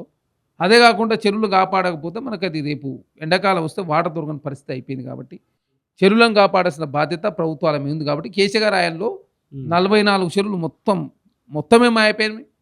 100 నుంచి 120 చెరువులు పాక్షికంగా మాయమైపోయినాయి. ఉమ్, మేము వచ్చిన తర్వాత 703 చెరువులు హెచ్ఎండి లిమిట్స్లో ఉమ్, పునరుద్ధరించాలని చెప్పి ప్రభుత్వం భావించి ముందుకు పోతా ఉన్నాం. అది ఓకే. దాన్ని కూడా వరలేకపోతే మూసిని చేస్తే వద్దంటారు, మెట్రోని చేస్తుంటే దాన్ని అడ్డుకుంటే ఎట్లా? ఉమ్, మూసిని పునరుద్ధరింపజేస్తే 41 నియోజకవర్గాల్లో బీజేపీకి బీఆర్ఎస్ పార్టీ డిపాయిట్ రావు కాబట్టి, నైట్ ఎకానమీ క్రియేట్ అవుతుంది కాబట్టి, హైదరాబాద్ రూపురేఖలే మారిపోతాయి కాబట్టి, తర్వాత డిస్టెన్స్ కూడా చాలా హైవేలు కనెక్టివిటీ ఉంటుంది. ఉమ్, హైదరాబాద్లో టూరిజం బాగా బిల్డ్ అయ్యింది కాబట్టి దీన్ని అడ్డుకోవాలని ఒక దురుద్దేశమే బీఆర్ఎస్ పార్టీ బీజేపీ తప్ప ఉమ్. ఇది కాంగ్రెస్ ప్రభుత్వం ఆషామాషిగా తీసుకొచ్చినటువంటి నిర్ణయం కాదు. ఓకే. డెవలప్మెంట్ విషయంలో కూడా మీరు కాంగ్రెస్ వచ్చిన తర్వాత రియల్ ఎస్టేట్ కానీ, రియల్ ఎస్టేట్ సంబంధించిన దందాలు కానీ, బ్లాక్ దందాలు కానీ చాలా ఎక్కువగా జరిగినాయని కూడా బ్లాకు దందాలకు తావు లేదు. ఇసుక మాఫియానే లేదు తెలంగాణ రాష్ట్రంలో. కేసీఆర్ ప్రభుత్వంలో సంవత్సరానికి 600 కోట్ల ఆదాయం ఇసుక మీద వస్తే ఇప్పుడు 1200 కోట్ల రూపాయలు వస్తూ ఉంది. ఉమ్, మరి 1200 కోట్ల రూపాయల ఆదాయం వస్తున్నప్పుడు రియల్ ఎస్టేట్ పెరిగిందా తగ్గిందా మీరే చెప్పాలి. అంటే కేసీఆర్ ప్రభుత్వంలో వాళ్ళన్నా ఇసుక బిల్లులలో చూపకుండా దోసుకున్నది తినాలా, లేకపోతే రియల్ ఎస్టేట్ అన్నా ఆ రోజు కన్నా ఈ రోజు పెరిగానే ఉండాలి. కానీ గ్రౌండ్ రియాలిటీ ప్రకారం తగ్గింది. రేవండ్ ఎక్కడిది? నేను పేపర్ ఒకసారి చెక్ చేయరు. ఉమ్, బాంబే అన్ని దేశంలో నెంబర్ 1 హైదరాబాద్. మీరు ఒకసారి చెక్ చేయండి. నిన్ననే వచ్చింది క్రెడాయి వాళ్ళు. ఇప్పుడు ఎవరికి కాల్ చేసినా ఇప్పుడు కొంచెం మార్కెట్ డల్ ఉంది అని చెప్తారు. అత్యధికంగా ఉన్నాయి తెలంగాణ రాష్ట్రంలో, హైదరాబాద్లో అత్యధికంగా ఉన్నాయి. కేసీఆర్ రియల్ ఎస్టేట్కి ఏం చేసింది లేదు. కేసీఆర్ రాయాలంటే జరిగింది ఏంటంటే ఉమ్, మద్రాసులో వరదలు, బెంగళూరులో ట్రాఫిక్ జామ్స్, అమరావతి రాజధాని లేదు కన్ఫ్యూజ్ ఉండే, బాంబేలో వరదలు, ఢిల్లీలో కాలుష్యం. ఉమ్, దాంతో హైదరాబాద్ అనేది సేఫెస్ట్ ప్లేస్ అని చెప్పేసి భావించి అప్పుడు ఇక్కడ పెట్టుబడులు వచ్చినాయి. ఆయన ఏదో కేసీఆర్ చేసిన ప్రత్యేక ప్రాజెక్టులకు ఆయన ఏదో అద్భుతాలు క్రియేట్ చేసిన తర్వాత ఏమైంది? కేసీఆర్ ముఖ్యమంత్రి ఉన్నప్పుడే 2 సంవత్సరాల ముందు నుంచి అక్కడ అన్ని స్టేబుల్ అయిపోయినాయి. ఓకే. కాబట్టి అందరూ అమరావతిలో చంద్రబాబు నాయుడు ముఖ్యమంత్రి అయిన తర్వాత అమరావతి రాజధాని, ఉమ్, బెంగళూరులో ఆ ట్రాఫిక్ జామ్స్ అవన్నీ కూడా తగ్గడం, మద్రాసులో వరదలు లేకపోవడం, బాంబేలో కావచ్చు అన్ని స్టేబుల్ అయిపోయింది. ఢిల్లీలో కూడా పరిస్థితి కొంత కాలుష్యాన్ని కొంత నివారించే ప్రయత్నంలో బాగా ఎక్కడ పెట్టుబడులు అక్కడ అయిపోయినాయి. ప్రపంచవ్యాప్తంగా యుద్ధాలు, ఉమ్, ఉక్రెయిన్ రష్యా వారు కొంత తగ్గుముఖం పట్టడం, ఇరాన్ తర్వాత ఇజ్రాయెల్ వారు తర్వాత అది కొంత యుద్ధం సద్దుమణగడం, ఇవన్నీ ఉంటాయి కదా. ఒకటే కాదు కదా, ప్రపంచంతో గ్లోబులో ఒక గ్రామంగా మారిపోయిన పరిస్థితి. ఆ మారిన క్రమంలో రకరకాల ప్రపంచంలో ఏమైనా సమస్య వస్తే అది ఇండియా మీద ఆట మీద పడుతుంది కదా. ఓకే. ఇప్పుడు గవర్నమెంట్ ప్రభుత్వం పనితీరు కూడా అంటే డిపార్ట్మెంట్లు ఎవరంతకు వాళ్ళే, లీడర్స్ ఎవరంతకు వాళ్ళే. కాంగ్రెస్లో మంత్రులకు ఒక కొలాబరేషన్ లేదు, ఒక కోఆర్డినేషన్ లేదు. సో ఎవరంతకు వాళ్ళు సీఎం లాగా బిహేవ్ చేస్తున్నారు. సో కరెక్ట్ అడ్మినిస్ట్రేషన్ అయితే కరెక్ట్ వేలో లేదనేది మన గ్రౌండ్ లెవెల్లో ఉన్న రియాలిటీ. ఏం చెప్తారు? ఎవరి శాఖ వాళ్ళే మంత్రి ముఖ్యమంత్రి అంతే కదా. ఉమ్, ఇలా స్వేచ్ఛ ఉంటుంది. కాంగ్రెస్ పార్టీ అంటే స్వేచ్ఛ కదా. ఆ మంత్రికి స్వేచ్ఛ లేకపోతే ఆ మంత్రి ఏం చేస్తాడు మరి? ఉమ్, ఆయన శాఖ ఆయనే బాస్ కదా. ఓకే. ఆయనే మంత్రి, ఆయనే ప్రధానమంత్రి, ఆయన అన్ని. కాబట్టి ఆయనకు మంత్రికి స్వేచ్ఛ ఉంటుంది. ఉమ్, తెలంగాణ రాష్ట్రంలో కాదు, కాంగ్రెస్ పార్టీ ఏ రాష్ట్రంలో అధికారులను మంత్రులకు ముఖ్యమంత్రులకు స్వేచ్ఛ ఉంటుంది. ఓకే. వాళ్ళ శాఖలో వాళ్ళు స్వతంత్రంగా నిర్ణయాలు తీసుకునే అధికారం కాంగ్రెస్ ప్రభుత్వం కల్పిస్తుంది. ఉమ్, దానిలో భాగంగా స్వతంత్రంగా వాళ్ళు నిర్ణయాలు తీసుకుంటూ వాళ్ళ శాఖ పరిధిలో అభివృద్ధికి బాటలు వేసే క్రమంలో తెలంగాణ రాష్ట్రంలో కాంగ్రెస్ ప్రభుత్వం ముందుకు పోతా ఉంది. ఓకే. దానిలో భాగంగా రేవంత్ రెడ్డి గారు పూర్తి స్వేచ్ఛ ఇచ్చి రాష్ట్ర అభివృద్ధికి ఏం చేద్దాం చెప్పండి, ఉమ్, వడ్డీ రేట్లను అప్పు తెచ్చినా ఎట్లా తక్కువ చేద్దాం, ఆదాయ మార్గాలు ఎట్లా సృష్టించుకుందాం, ఉమ్, ఖర్చులు ఎట్లా తక్కువ చేసుకుందాం, ఉమ్, మొదటి తారీఖు జీతాలు ఎట్లా ఇద్దాం ఉద్యోగులకి, ఉమ్, అవుట్ సోర్సింగ్ రెగ్యులర్ కాంట్రాక్ట్ అందరికి మొదటి తారీఖు జీతాలు వస్తూ ఉన్నాయి. ఓకే. ప్రమాదమేమో రాష్ట్రంలో అందరికీ ప్రమాదమేమో ఇచ్చారు. ఓకే. సింగరేణి, విద్యుత్ సంస్థలు, ఆర్టీసీని ఎట్లా కాపాడుకుందాం, తెలంగాణ రాష్ట్రంలో విద్యా ప్రమాణం వైద్య ప్రమాణాలు ఏ విధంగా పెంచుకుందాం, వ్యవసాయ రంగాన్ని ఎట్లా లాభసాటి చేద్దాం, తెలంగాణ రాష్ట్రంలో పేదరికాన్ని తక్కువ చేయడం కోసం ఇల్లు ఎట్లా ఇద్దాం, ఉమ్, ఇట్లా రకరకాల మార్గాల అన్వేషించుకొని ప్లానింగ్తో తెలంగాణ రాష్ట్రంలో కాంగ్రెస్ ప్రభుత్వం ముందుకు పోతాం. ఓకే. అంటే నిన్న బీజేపీ కూడా అనౌన్స్ చేసింది, మేము జిహెచ్ఎంసీ ఎన్నికల్లో సింగిల్గా వెళ్తున్నాం, ఇక్కడ డెవలప్మెంట్ లేదు. అంటే గ్రేటర్ హైదరాబాద్లో మొత్తం కాంగ్రెస్ వచ్చినాక, అంటే బీజేపీ ఆల్రెడీ నాశనం చేసింది, కాంగ్రెస్ వచ్చినాక కూడా దాన్ని కంటిన్యూ చేస్తుంది. బీజేపీకి ఈసారి మేము సింగిల్గా బరిలోకి దిగుతున్నాం, అందరు రెడీగా ఉండండి అని కూడా చెప్తున్నారు. ఇప్పుడు బీజేపీ పోయినసారి కూడా అదే చెప్పారు, బండి పోతే బండి ఇస్తాం, ఇల్లు పోతే ఇల్లు ఇస్తాం, రోహింగ్యాలు ఏరేస్తాం, భాగ్యనగర్ పేరు మారుస్తా అని చెప్పి బండి సంజయ్ పెద్ద స్టేట్మెంట్ ఇచ్చాడు. ఆ భాగ్యనగర్ పేరు మార్చలేదు, ఇండ్లు ఇవ్వలే. ఉమ్, కానీ ఢిల్లీలో మాత్రం రోహింగ్యాలో డబుల్ బెడ్రూమ్ ఇచ్చింది భారతీయ జనతా పార్టీ. ఓకే. ఢిల్లీలో మందిరానికి భారతీయ జనతా పార్టీ పార్కింగ్ కోసం వాడుకుంటారు. ఉమ్, రామ మందిర విరాళాల చోరీ జరిగింది, 200 కోట్ల రూపాయల అవినీతి జరిగిందని దేశవ్యాప్తంగా ఉమ్, 50 కోట్ల మంది హిందువులంతా బాధపడుతూ ఉన్నారు. అయినా ఇప్పటివరకు భారతీయ జనతా పార్టీ మౌనం వహిస్తూ ఉంది. అదే కాకుండా చాలా 1980 నుంచి భారతీయ జనతా పార్టీకి హైదరాబాద్ ప్రజలు ఓట్లు వేసిర్రు. తెలంగాణ రాష్ట్రంలో చాలా భారతదేశంలో 2 ఎంపీలు ఉంటే ఒక ఎంపీ వరంగల్ నుంచి గెలిచారు. హ్మ్. కానీ భారతీయ జనతా పార్టీ చేసింది శూన్యం. ఇప్పుడు 8 మంది ఎంపీలు, హ్మ్. 8 మంది ఎమ్మెల్యేలు, 3 హ్మ్. ఎమ్మెల్సీలు, 2 రాజ్యసభ, 2 కేంద్ర మంత్రులు. మరి తెలంగాణ మీరు చేసింది ఏంది? హ్మ్. మీరు తెలంగాణ కేంద్రం నుంచి ఏమన్నా నిధులు తెచ్చారా? డబుల్ ఇంజిన్ సర్కార్ అని చెప్పి ఊరికే మాట్లాడతారు కదా! హ్మ్. సరే డబుల్ ఇంజిన్ సర్కార్‌లో కేంద్రంలో అయితే మీరే అధికారులు కదా! అవును. మరి ఈ వంతుగా మీరు ఏమన్నా తీసుకొచ్చి బీహార్‌కి ఇచ్చినట్టు 1,00,000 కోట్లు తెచ్చినామండి. హ్మ్. మఖానా బోర్డ్ ఇచ్చిర్రు, ఇరిగేషన్ ప్రాజెక్టులు ఇచ్చినాం. ఎయిర్‌పోర్ట్ విస్తరణకు పైసలు తెచ్చినాం. వరల్డ్ బ్యాంక్ నుంచి ఇప్పుడు అప్పులు మీరు తీసుకొచ్చి చెప్పిన డెవలప్‌మెంట్ పనులన్నిట్లో కేంద్రం వాటా లేదా? లేకుండానే వస్తుందా? మేమిచ్చే పైసలు మాకే 3 పైసలు కోత పెడుతురుగా మీరు. హ్మ్. ఒప్పందంలో భాగంగా రూపాయి చెల్లిస్తే తెలంగాణ 41 పైసలు ఇయ్యాల. హ్మ్. 35 పైసలే వస్తున్నాయి. ఇంకా 3 పైసలు ఒప్పందంలో భాగంగా ఇస్తలేరు. ఇంకా అదనంగా పైసలు ఎక్కడి వాళ్ళిచ్చేది? ఓకే. మేము కట్టిన పైసలు మాకిస్తూ, మీరేదో మాకు మీరుమానం చేసేదేంది మీరు? ఆ సక్కగా 3 పైసలు ఇస్తే ఇంకేదో కొంత తెలంగాణ డెవలప్‌మెంట్ అయితదా? అదే కాకుండా తెలంగాణ రాష్ట్రానికి ప్రాజెక్టులకు అనుమతి ఇవ్వరు. మెట్రో మేమన్నా చేసుకున్నాం. మీరన్నా దేశవ్యాప్తంగా 50% ఇస్తున్నారు. అదని అంటే దానికి అనుమతి ఇయ్యరు. హ్మ్. అప్పులు తెచ్చుకుంటాం అనుమతి ఇయ్యరు. మూసీకి అనుమతి ఇవ్వరు. మెట్రో అదేవిధంగా త్రిపుల్ ఆర్ కావచ్చు, రైల్వే రింగ్ కావచ్చు, ఎక్స్‌ప్రెస్ వే, పోర్ట్ సిటీ నిర్మాణం దేనికి అనుమతి ఇవ్వరు. హ్మ్. ప్రత్యేక పోషకాలు లేవు. విభజన చట్టంలో ఉన్నటువంటి Bayyaram steel company, Kazipet railway coach factory, గిరిజన యూనివర్సిటీకి పూర్తి స్థాయిలో నిధులు ఇవ్వలేదు. ఇంకా చాలా సమస్యలు అపరిష్కృతంగా ఉన్నాయి. షీలావేడి కమిటీకి సంబంధించినటువంటి ఇంటి హ్మ్. చాలా డిపార్ట్మెంట్‌లకు సంబంధించిన సమస్యలు పరిష్కారం కాలే. కృష్ణా జలాలు, గోదావరి జలాల సమస్యలు కూడా పరిష్కారం కాలే. ఓకే. ఇవన్నీ కూడా ఎవరు చేయాలి? కేంద్ర ప్రభుత్వం చేయాలి కదా! బాధ్యత మీదే కదా! హ్మ్. తెలంగాణ రాష్ట్రం కాంగ్రెస్ ప్రభుత్వం ఆనాడు ఇచ్చింది. ఇచ్చిన తర్వాత వచ్చింది నరేంద్ర మోడీ. మరి 12 సంవత్సరాల నుంచి ఏం చేస్తున్నారు మీరు? హ్మ్. 12 సంవత్సరాల సమస్యలు పరిష్కారం చేయకుండా తెలంగాణ రాష్ట్ర డబుల్ ఇంజిన్ సర్కార్ అని చెప్పుకున్న భారతీయ జనతా పార్టీ, హ్మ్. రాముడి పేరు మీద ఈ దేశంలో 5 సంవత్సరాలు అధికారంలోకి వచ్చిన భారతీయ జనతా పార్టీ, రాముడు విరాళాల చోరీ జరిగితే పట్టించుకున్న పాపాన పోతలేరు మీరు. హ్మ్. సిట్టేసి చేతులు ఊరుకుంటే దేశ ప్రజలు గమనిస్తలేరా? దేశ ప్రజలు గమనిస్తుర్రు. రాముడు శాపం పెట్టింది కాబట్టి భారతీయ జనతా పార్టీ నాలుగోసారి ఎట్టి పరిస్థితుల్లో నరేంద్ర మోడీ గారు 2029 ప్రధానమంత్రి అయ్యే అవకాశమే లేదు. హ్మ్. డబుల్ డిజిట్ దాటే పరిస్థితి కూడా ఉండదు లోక్సభలో. మీరు చూడండి. ఎవరు ఆ కాంగ్రెస్ వస్తుందా? పరిస్థితి దేశంలో ఉన్నప్పుడు రాష్ట్రంలో భారతీయ జనతా పార్టీ ఎట్లొస్తది? ఏ విధంగా వస్తది? హుహు. కాబట్టి జమిలీ ఎలక్షన్ ఎందుకు? ఒకేసారి ఎలక్షన్లు వస్తే ఏమన్నా లాభం జరుగుతదని. ఓకే. జమిలీ ఎలక్షన్ కాదు. ఏ ఎలక్షన్ పెట్టినా మీరు ఏ బిల్లు తీసుకొచ్చి జమిలీ కాదు, డీలిమిటేషన్ చేసుకొని అధ్యక్షతర ఎలక్షన్ పెట్టుకున్నా కూడా తెలంగాణ ప్రజలు కాదు, దేశ ప్రజలు భారతీయ జనతా పార్టీకి ఓటేసే పరిస్థితి లేదు. దేశం అన్ని రకాలుగా కుదేలైపోయింది. హ్మ్. 14 మంది ప్రధానులు 63 లక్షల కోట్లు అప్పు చేస్తే నరేంద్ర మోడీ గారు వచ్చిన తర్వాత 202 లక్షల కోట్లు, హ్మ్. 50 లక్షల ప్రభుత్వ రంగ భూములను 5 లక్షల కోట్లకు అదాని మనకి ఇచ్చిర్రు. సింగరేణి కాదు, దేశంలో బిఎస్ఎన్ఎల్, ఎయిర్ ఇండియా, హ్మ్. ఇట్లా చెప్పుకుంటే కోల్ ఇండియా అన్ని ప్రపంచ ప్రైవేట్ పరం చేసే దేశాలన్నీ ప్రయత్నం భారతీయ మోడీ జనతా వైపే పార్టీ చూస్తున్నాయని చెప్పేసి బీజేపీ వాళ్ళు అంటున్నారు. 2029లో ఖచ్చితంగా తెలంగాణలో జెండా పాతేంగే అని చెప్పేసి కూడా మిషన్ తెలంగాణ అని కూడా స్టార్ట్ చేసినామని కూడా బీజేపీ వాళ్ళు చెప్తున్నారు. ఇప్పుడు మీరు సెంట్రల్‌లోనే రాదని చెప్తున్నారు. ఎక్కడ సెంట్రల్ వచ్చేది? హ్మ్. భారతదేశం ఏమనంటే మేము 4వ అతిపెద్ద ఆర్థిక శక్తివి. భారతదేశంలో 130 కోట్ల మంది ఉన్నారు. 1000 మంది ₹100 సంపాదించుడు లాభమా దేశానికి? 100 మంది ₹1000 సంపాదిస్తే దేశం అభివృద్ధి చెందినట్ట. 1000 మంది 1000 మంది ₹100 సంపాదిస్తే ఎట్లా దేశం అభివృద్ధి చెందినట్టు? హ్మ్. 100 మంది ₹1000 సంపాదించాలి. భారతదేశంలో 100 మంది ₹1000 కాదు. హ్మ్. 1000 మంది ₹100 సంపాదిస్తున్నారు. ఇంకొక 20 కోట్ల మంది పెరిగితే భారతదేశం 3వ అతిపెద్ద ఆర్థిక వ్యవస్థ అవతరించబోతా ఉంది. హ్మ్. మన ప్లేసు 144 ప్లేసు ప్రపంచంలో. దాన్ని మసిబూసి మారడికాయ చేసే ప్రయత్నం భారతీయ జనతా పార్టీ చేస్తా ఉంది. ఓకే. జీడీపీ పతనమైంది. రూపాయి ₹96 అయింది డాలర్‌తో పోల్చినప్పుడు. హ్మ్. ఆనాడు 14 ముందు ఏం మాట్లాడారు నరేంద్ర మోడీ గారు? అది బంగ్లాదేశ్ ఇన్‌ఫ్లేషన్ ఎట్లుంది, ద్రవ్యోల్బణం పాకిస్తాన్. ప్రకారం పెరుగుతూ మరి వస్తుందండి. నువ్వు ఎట్లా అన్ని అన్ని అన్ని పరిష్కారాలకు నరేంద్ర మోడీ ఉండు, అన్ని పరిష్కారాలకు భారతీయ జనతా పార్టీ ఉంది. నరేంద్ర మోడీ ఉంటే కరోనా రాదు. నరేంద్ర మోడీ ఉంటే ఈ దేశం అన్ని రకాలుగా హ్మ్. యుద్ధాలు జరగవు. తర్వాత తీవ్రవాదులు రారు. అన్నీ పారిపోతున్నారు కదా! మరి సింధూర్ ఆపరేషన్ ఎందుకు జరిగింది? పుల్వామా ఎందుకు జరిగింది? బాలాకోట్ ఎందుకు జరిగింది? సర్జికల్ స్ట్రైక్స్ ఎందుకు జరిగినాయి? ఈ రోహింగ్యాలు ఎందుకు వచ్చిర్రు? ఎంతసేపు ఎలక్షన్లు వస్తే పాకిస్తాన్ అని, కశ్మీర్ అని, ముస్లింలని, ఇదాబులని, కేరళ స్టోరీ, కశ్మీర్ స్టోరీ, రకరకాల స్టోరీలే కదా మీరు తీసుకొచ్చేది. హ్మ్. మేము చేసిన డెవలప్మెంట్ ఇది. మేము ఇచ్చిన ఉద్యోగాలు ఇన్ని. హ్మ్. మేము వచ్చిన తర్వాత జీడీపీ ఇదిగో ఇంత పెరిగింది. అప్పులు ఇన్ని తక్కువ చేసినాం. ప్రభుత్వ రంగ సంస్థలు ఇన్ని నెలకు ఏమన్నా మాట్లాడినాం ఎన్నడన్నా? అంటే మేము డెవలప్‌మెంట్ చేసినాం కాబట్టి సగం ఇండియా మొత్తం కాషాయం వేసేసినాం. మిగతా కాషాయం కూడా రెడీగా ఉంది. సౌత్ ఇండియాలో అయిపోతదని చెప్తున్నారు. కాషాయమయం మీరు చేసేది ఏది? భారతదేశంలో సనాతన ధర్మం లేదా? హిందూ ధర్మం లేదా? హ్మ్. భారతీయ జనతా పార్టీ ఉన్న రాష్ట్రాలు ఎట్లుంది డెవలప్‌మెంటు? మణిపూర్ అల్లర్లు ఎందుకు కంట్రోల్ చేయలేకపోతా ఉన్నారు? ఎందుకు భారతీయ జనతా పార్టీ ఫైజాబాద్‌లో రామ మందిరం ఉన్న ప్లేస్‌లో ఓడిపోయింది ఎంపీ?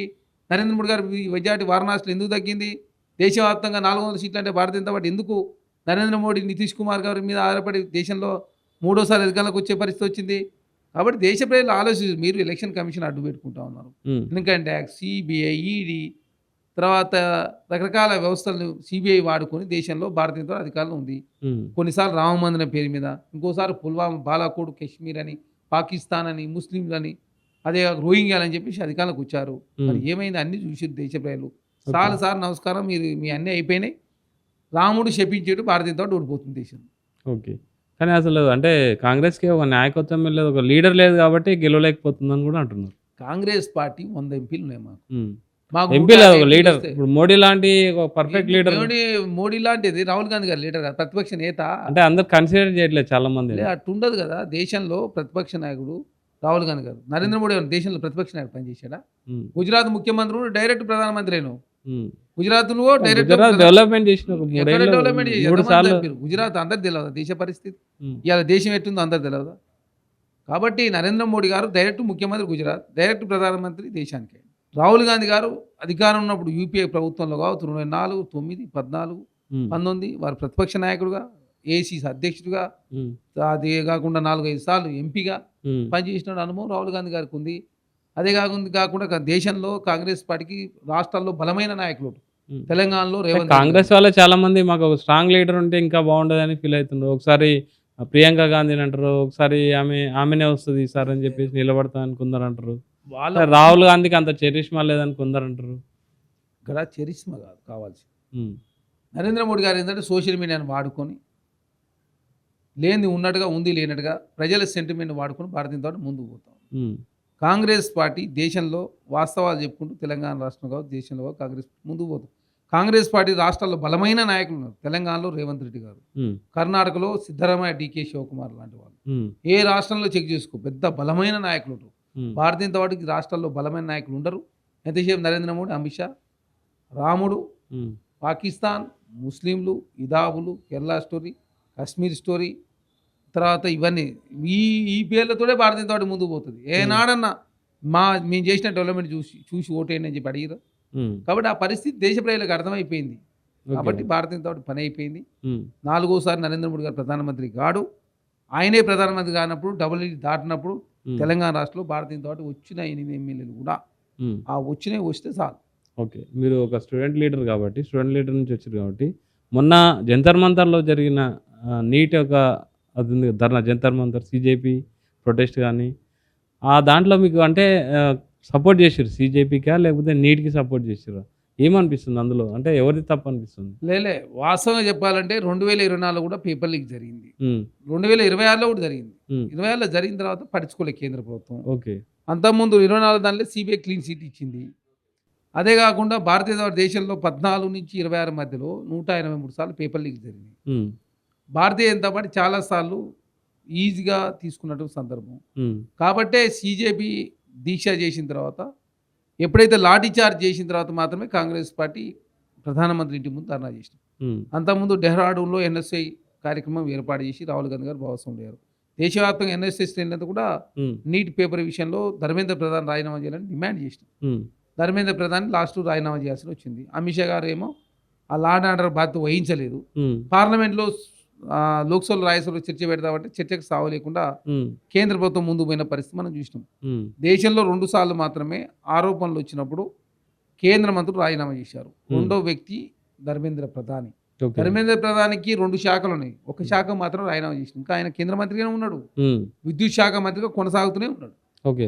అంటే ధర్మాంధ్ర ప్రధాన్ రాజీనామా చేస్తే సమస్య మొత్తం తీరిపోయిందా? అంటే నైతిక బాధ్యత వహించాల్సిన దేశంలో చాలా సార్లు చాలా ఉన్నాయి. కాంగ్రెస్ పాలిత ప్రాంతాల్లో చాలా మంది లీకేజ్. కాంగ్రెస్లో గుర్తుపెట్టుకోవాలా, బొగ్గు కుంభకోణం వస్తే రాజా గారు జైలుకు పంపించినాం. హ్మ్. మన్మోహన్ సింగ్ గారు మన సుప్రీంకోర్టు క్లీన్ జార్ఖండ్ సంబంధించి ఏదో పేపర్ లీక్ అయితే కూడా కాంగ్రెస్ సంబంధించి ఎవరు రాజీనామా చేయలేదు. ఎమ్మటే ఇప్పుడు ఇక్కడ కూడా ఎమ్మటే ధర్మేంద్ర ప్రధాన్ రాజీనామా చేయని చెప్పిరా. హ్మ్. నైతిక బాధ్యత వహించలేదు కాబట్టి 2 సార్లు అయిపోయింది కాబట్టి మీరు రాజీనామా చేయమని చెప్పారు. హ్మ్. తక్షణమే ప్రభుత్వం చర్యలు తీసుకుని అది ఏదో అయిపోతే ఈజీగా ఉండేది.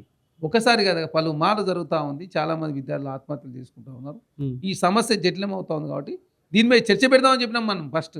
హ్మ్. లోక్సభలో రాజ్యసభలో చర్చ పెడదాం అని చెప్తే చర్చకు తావేయకపోతే ఆ ఉద్యమం తర్వాత విద్యార్థులు లాఠీ చార్జ్ చేసుడు, 100 మంది విద్యార్థులు గాయాలవుడు, దాని తర్వాత ధర్మేంద్ర ప్రధాన్ రాజీనామా అంటే చేశారు. సీజేపీ ప్రొటెస్ట్ తర్వాత మీరు కొంచెం ఇన్వాల్వ్ అయ్యారు. అంటే ప్రతిపక్షాలు ఇన్వాల్వ్ అవుంటే బాగుండదు, జెన్జీ కొంచెం దూరం అయిపోతారేమో, జెన్జీ ఓట్లను అట్రాక్ట్ చేద్దామని చెప్పేసి రాహుల్ గాంధీ ఎంటర్ అయ్యారని చాలా మంది పత్రికలు లేదు, రాసినాయి, ఇక్కడ ప్రతిపక్షాలు కూడా. చాలా స్పష్టంగా ఉమ్, జంజీ కన్నా ముందే కాంగ్రెస్ పార్టీ స్టార్ట్ చేసింది. ఎన్ఎస్ఏ డెహ్రాడూన్లో రాహుల్ గాంధీ గారు 2 నెలల ముందే పేపర్ లీక్ అయిన మే మాసంలోనే అక్కడ మీటింగ్లో భాగస్వామ్యం. తర్వాత గుజరాత్లో కూడా ప్రోగ్రాం పిలిపించి దేశవ్యాప్తంగా ధర్నాలు రాష్ట్రోకాలు జరిగినాయి. ఎప్పుడైతే విద్యార్థుల మీద లాఠీ చార్జ్ జరిగిందో కాంగ్రెస్ పార్టీ చాలా తీవ్రంగా పరిగణించి లోక్సభ ప్రతిపక్ష నాయకుడు రాహుల్ గాంధీ గారు ప్రధానమంత్రి ఇంటి ముందు ధర్నా చేసిన పరిస్థితి. ఉమ్, ఒక మంచి కార్యక్రమం కోసం సీజేపీ పోరాటం చేస్తుందని మద్దతు ఇచ్చినాం. తర్వాత విద్యార్థులు లాఠీ చేస్తే కాంగ్రెస్ పార్టీ కథనంగలు తిరిగిన పరిస్థితి మనం చూస్తూ ఉన్నాం.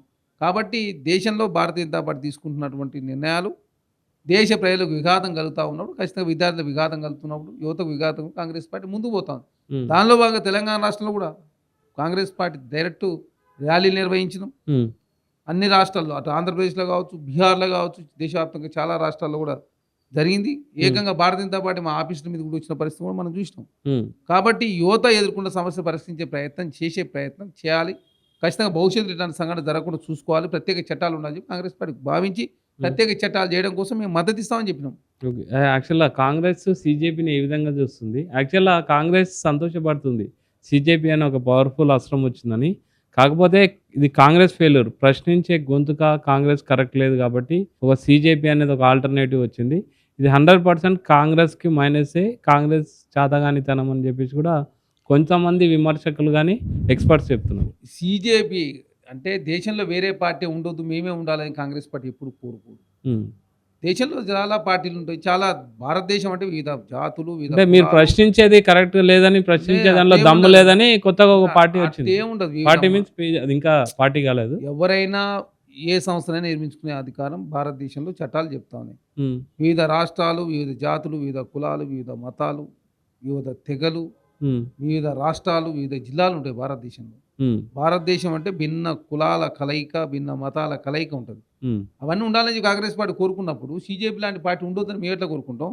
ఉమ్, వాళ్ళ లైన్ వాళ్ళది, మా లైన్ మాది.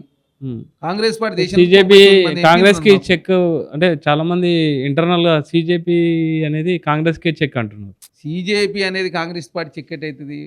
ప్రజల్లో సమస్యలు ఉన్నాయి. ఉమ్, ఆ సమస్యలకు దేశంలో యువత రకరకాల సమస్యలు ఎదుర్కొంటా ఉన్నారు. ఉమ్, అది కాంగ్రెస్ పార్టీ చేసి చూపిస్తే కాంగ్రెస్ పార్టీ కావాలని చెప్పిస్తూ అనేవాళ్ళు.